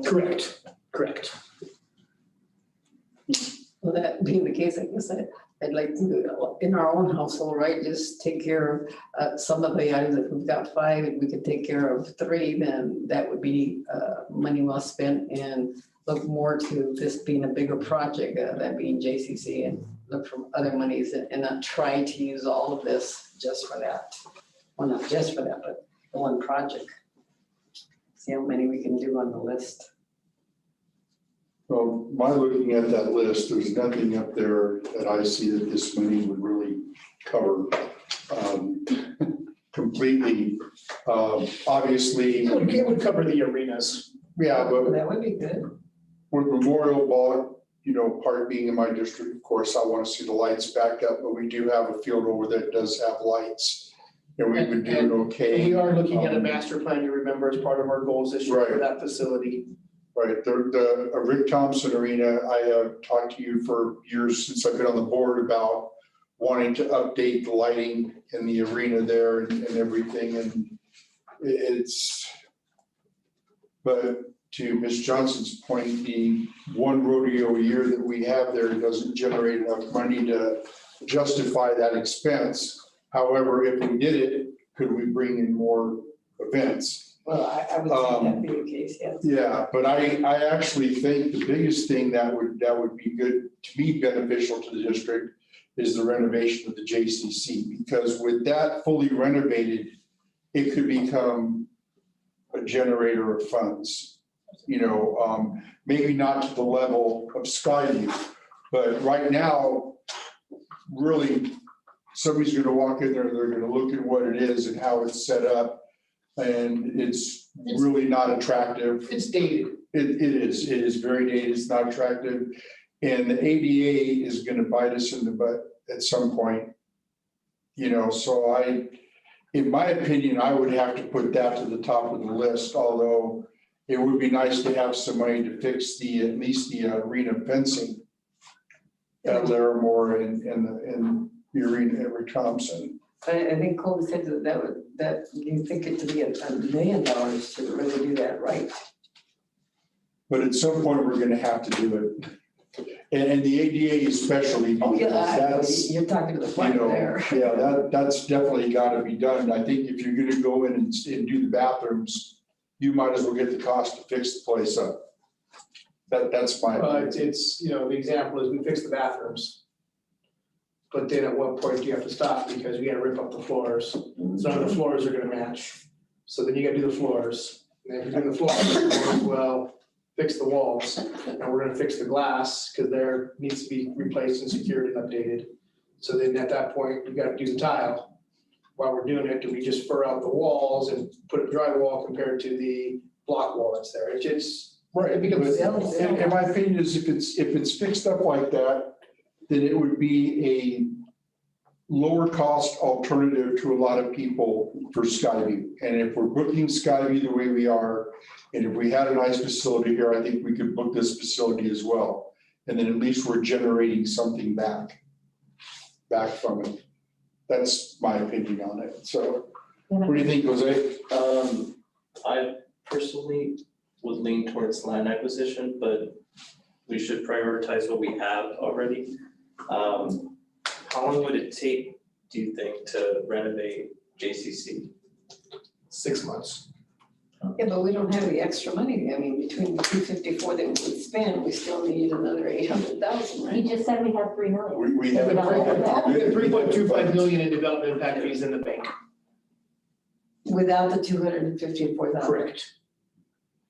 And as much as I want to see the Rick Thompson Arena updated and Larimore Park and all the other things updated, none of those are going to be revenue generators. Yeah, no, I get that.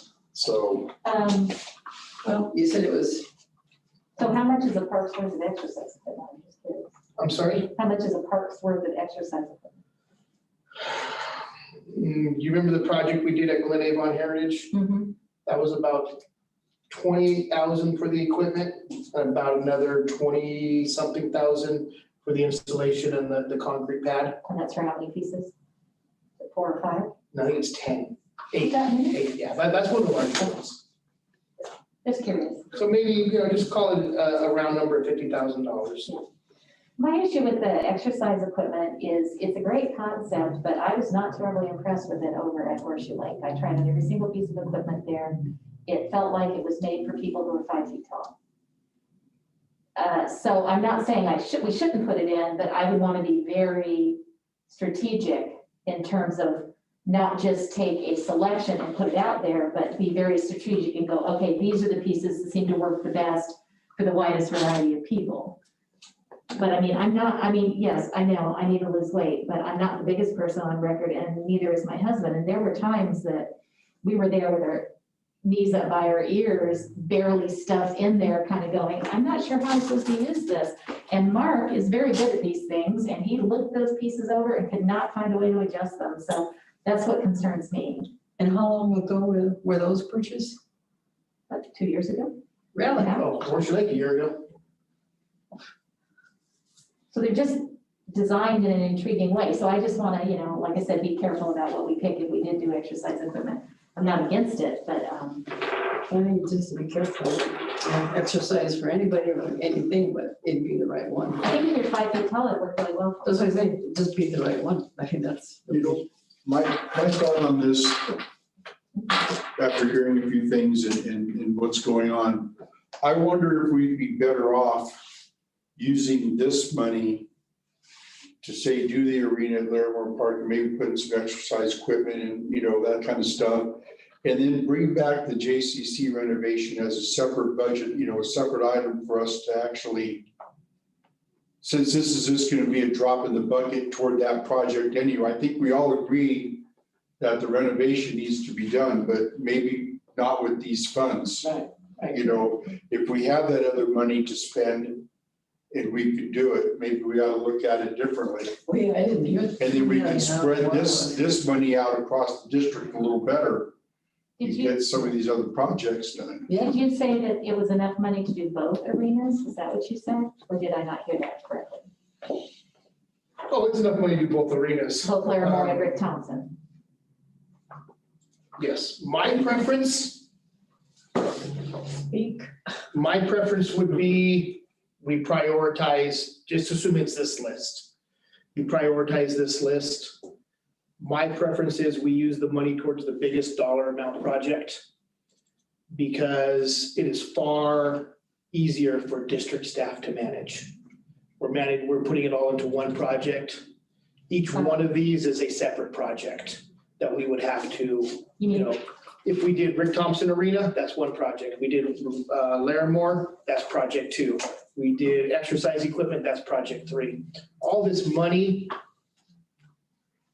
so we use the grant money to cover, say, 4 of these activities, but we still ultimately want to do them. We're going to pay for them out of the same amount of funds, the same funds that we're going to do for the renovation of But JCC. it's less harder to manage. It's a lot more efficient for us to manage one project than it is 5 small ones. One project with the grant money. Correct, Okay. with the grant money. Well, that makes sense. If that's the case, then I would just say go use it towards JCC renovation and call it good.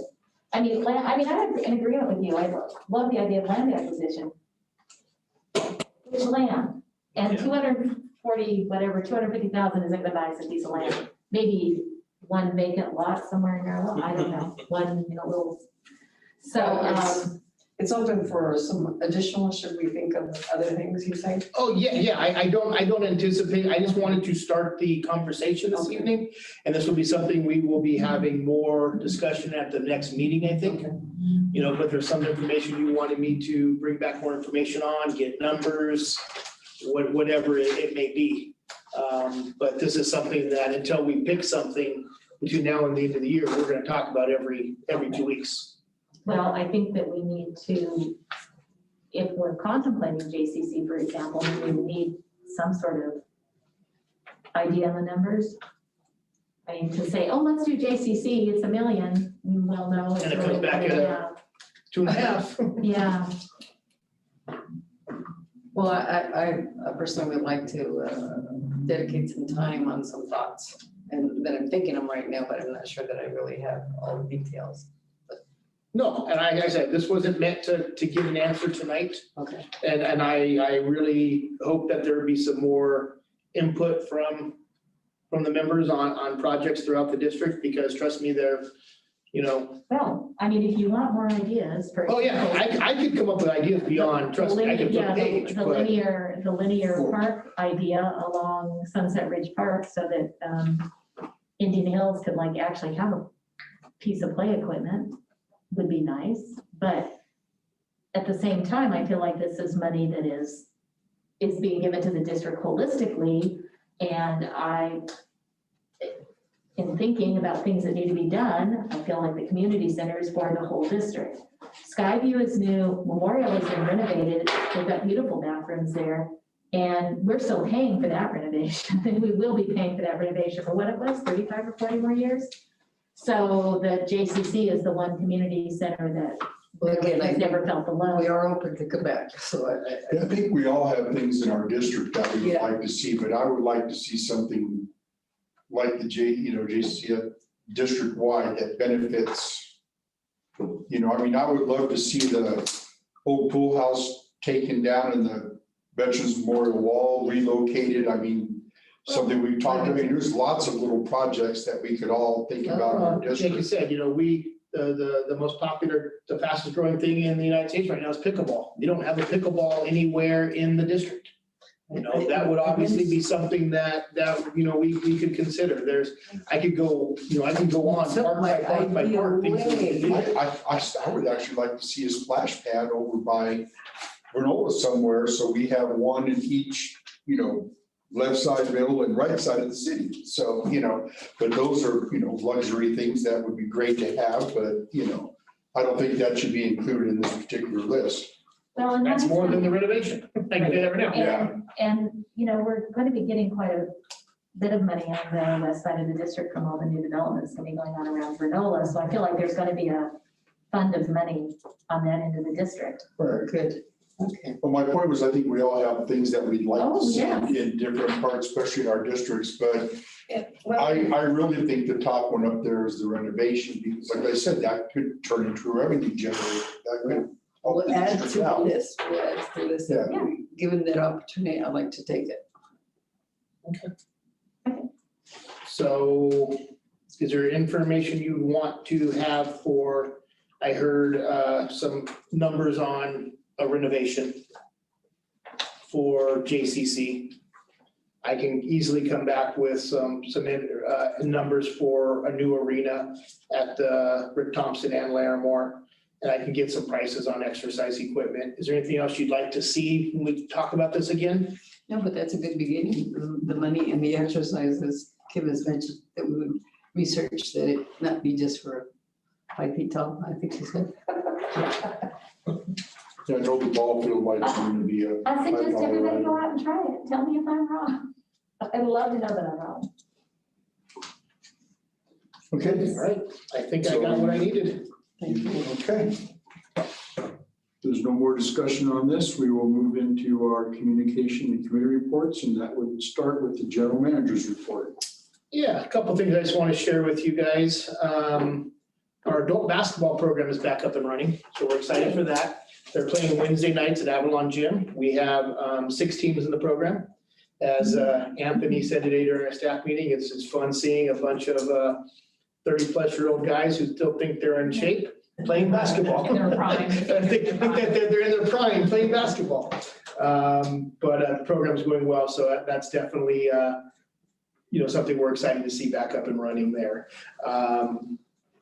Our Sports for Tykes program, again, is back up and running. And this weekend, we start our youth basketball for our Sports for Tykes, which is 2 to 4-year-olds at Clay Park. And we have 20 kids in that program.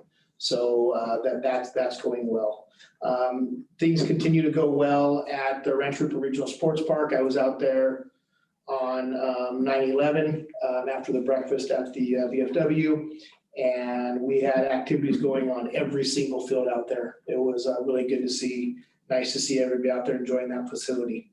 As you're all aware, the glass and front doors have been replaced at Skyview, and we can actually let people come through them now, which is very nice.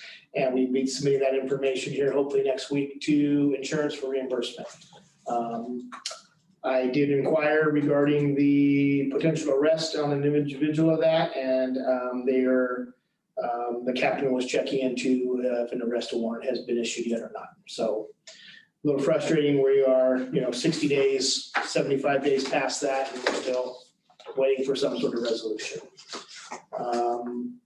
Things continue to get busier and busier here at the district office. You heard Zena allude to the staffing issues we're having. We are hiring part-time staff. At the same time, we've lost a few different part-time staff, whether they've moved out of the area or we just had one give a resignation. She was able to get a full-time job, which is, understandable. So we continue to have challenges there. As I told you at our last board meeting, the district has invested in some HR management software and a new scheduling software with the help of Ms. Whitney and Ms. Bogus. We've completed all that implementation here, and we should be going live tomorrow with our online application system, which hopefully will make it easier for people to apply, because now they still have to apply by paper here at the district, which is today's time is very archaic. So hopefully that will help spur some additional applicants for our positions here. As part of this conversion, Loretta will be switching us over to a new payroll system through ADP. So you guys as board members will get some information as that, but ironically, it's gonna save us money. It's a more robust, powerful system, and it's less money than what we've been paying for. Who would have thought, right? But we're excited to see that. Couple housekeeping items for you. As you're aware, we need to do our redistricting this year. An RFP is currently out, and our proposals are due next week. So we're hoping to get some great proposals, bringing that to the board next month for your consideration. And then Loretta has also completed the RFP for our banking services, and that should hopefully be going out for public notice next week.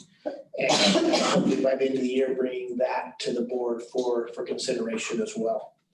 The other thing I just want the board to keep in mind, the month of November 11th, Veterans Day, is our first board meeting of the year, which is a holiday. So First we board obviously. meeting in November. First board meeting of the November. November 11th, our first board meeting, You said is a of the holiday. year. I'm sorry? You said of the year. Oh, I'm sorry, of the month, yeah. Is a holiday, so we would not meet that day. Our second meeting of the month is Thanksgiving. So I'll be working with Lynn and Bob with the CFD annexations and timing on all those. And we will most likely need to have a special meeting that month. Right now, it looks like it may be like November 18th, which would be kind of in the middle. But I'll be bringing that to the board next month as well for notification purposes. I just want to keep that in mind here. With that, the last thing I just wanted to share is the senior center. As you know, they're doing some great things over there, and they are having their first senior dance, and I was cracking up at this one, so I wanted to share it with you. Oh man, I gotta make this thing bigger here. Shake them bones. That is cute. So it'll be a Halloween dance, October 30th from 4 to 7. It's actually gonna be $5, not $7.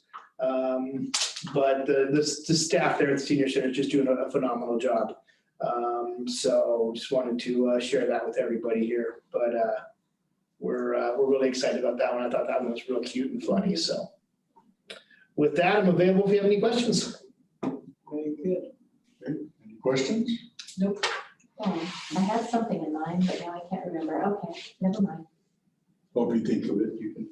Yeah, Well, then let's just start off with board comments with you there, Mrs. Johnson. Oh, okay. I just wanted to mention the first market night at Skyview was great. I'm looking forward to it next month. And I was just pleased with the number of vendors and the number of people that were coming out. I think that is going to be a good event. And I'm hoping we can do another one closer to Christmas or something. Hot chocolate, like. Yeah, we're looking at birthday a- Christmas. We're looking at something maybe in conjunction with Breakfast with Santa. Mr. Udine? I too had fun at the market night. I came up on a really nice jack-o'-lantern. I just wanted to put that out there. And yeah, I look forward to seeing that event grow and continue and hopefully become something that's more frequent. And hopefully our vendors were happy as well and will continue to support us. But yeah. Mrs. Byrne? Well, I'm sorry I missed that, even though it's a rock stone away from my house, but I was out of town, but I am looking forward to what I've heard, nothing but good stuff, so I'm excited about that. Okay, and I'd like to add to that too, that, market night was great.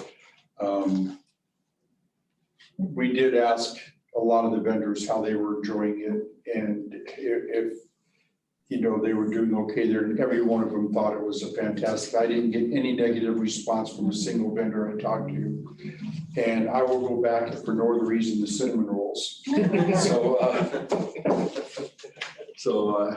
Okay. Do we need any future committee meetings? Not right now. Okay. And would any board member like to have an agenda item for a future board meeting? No?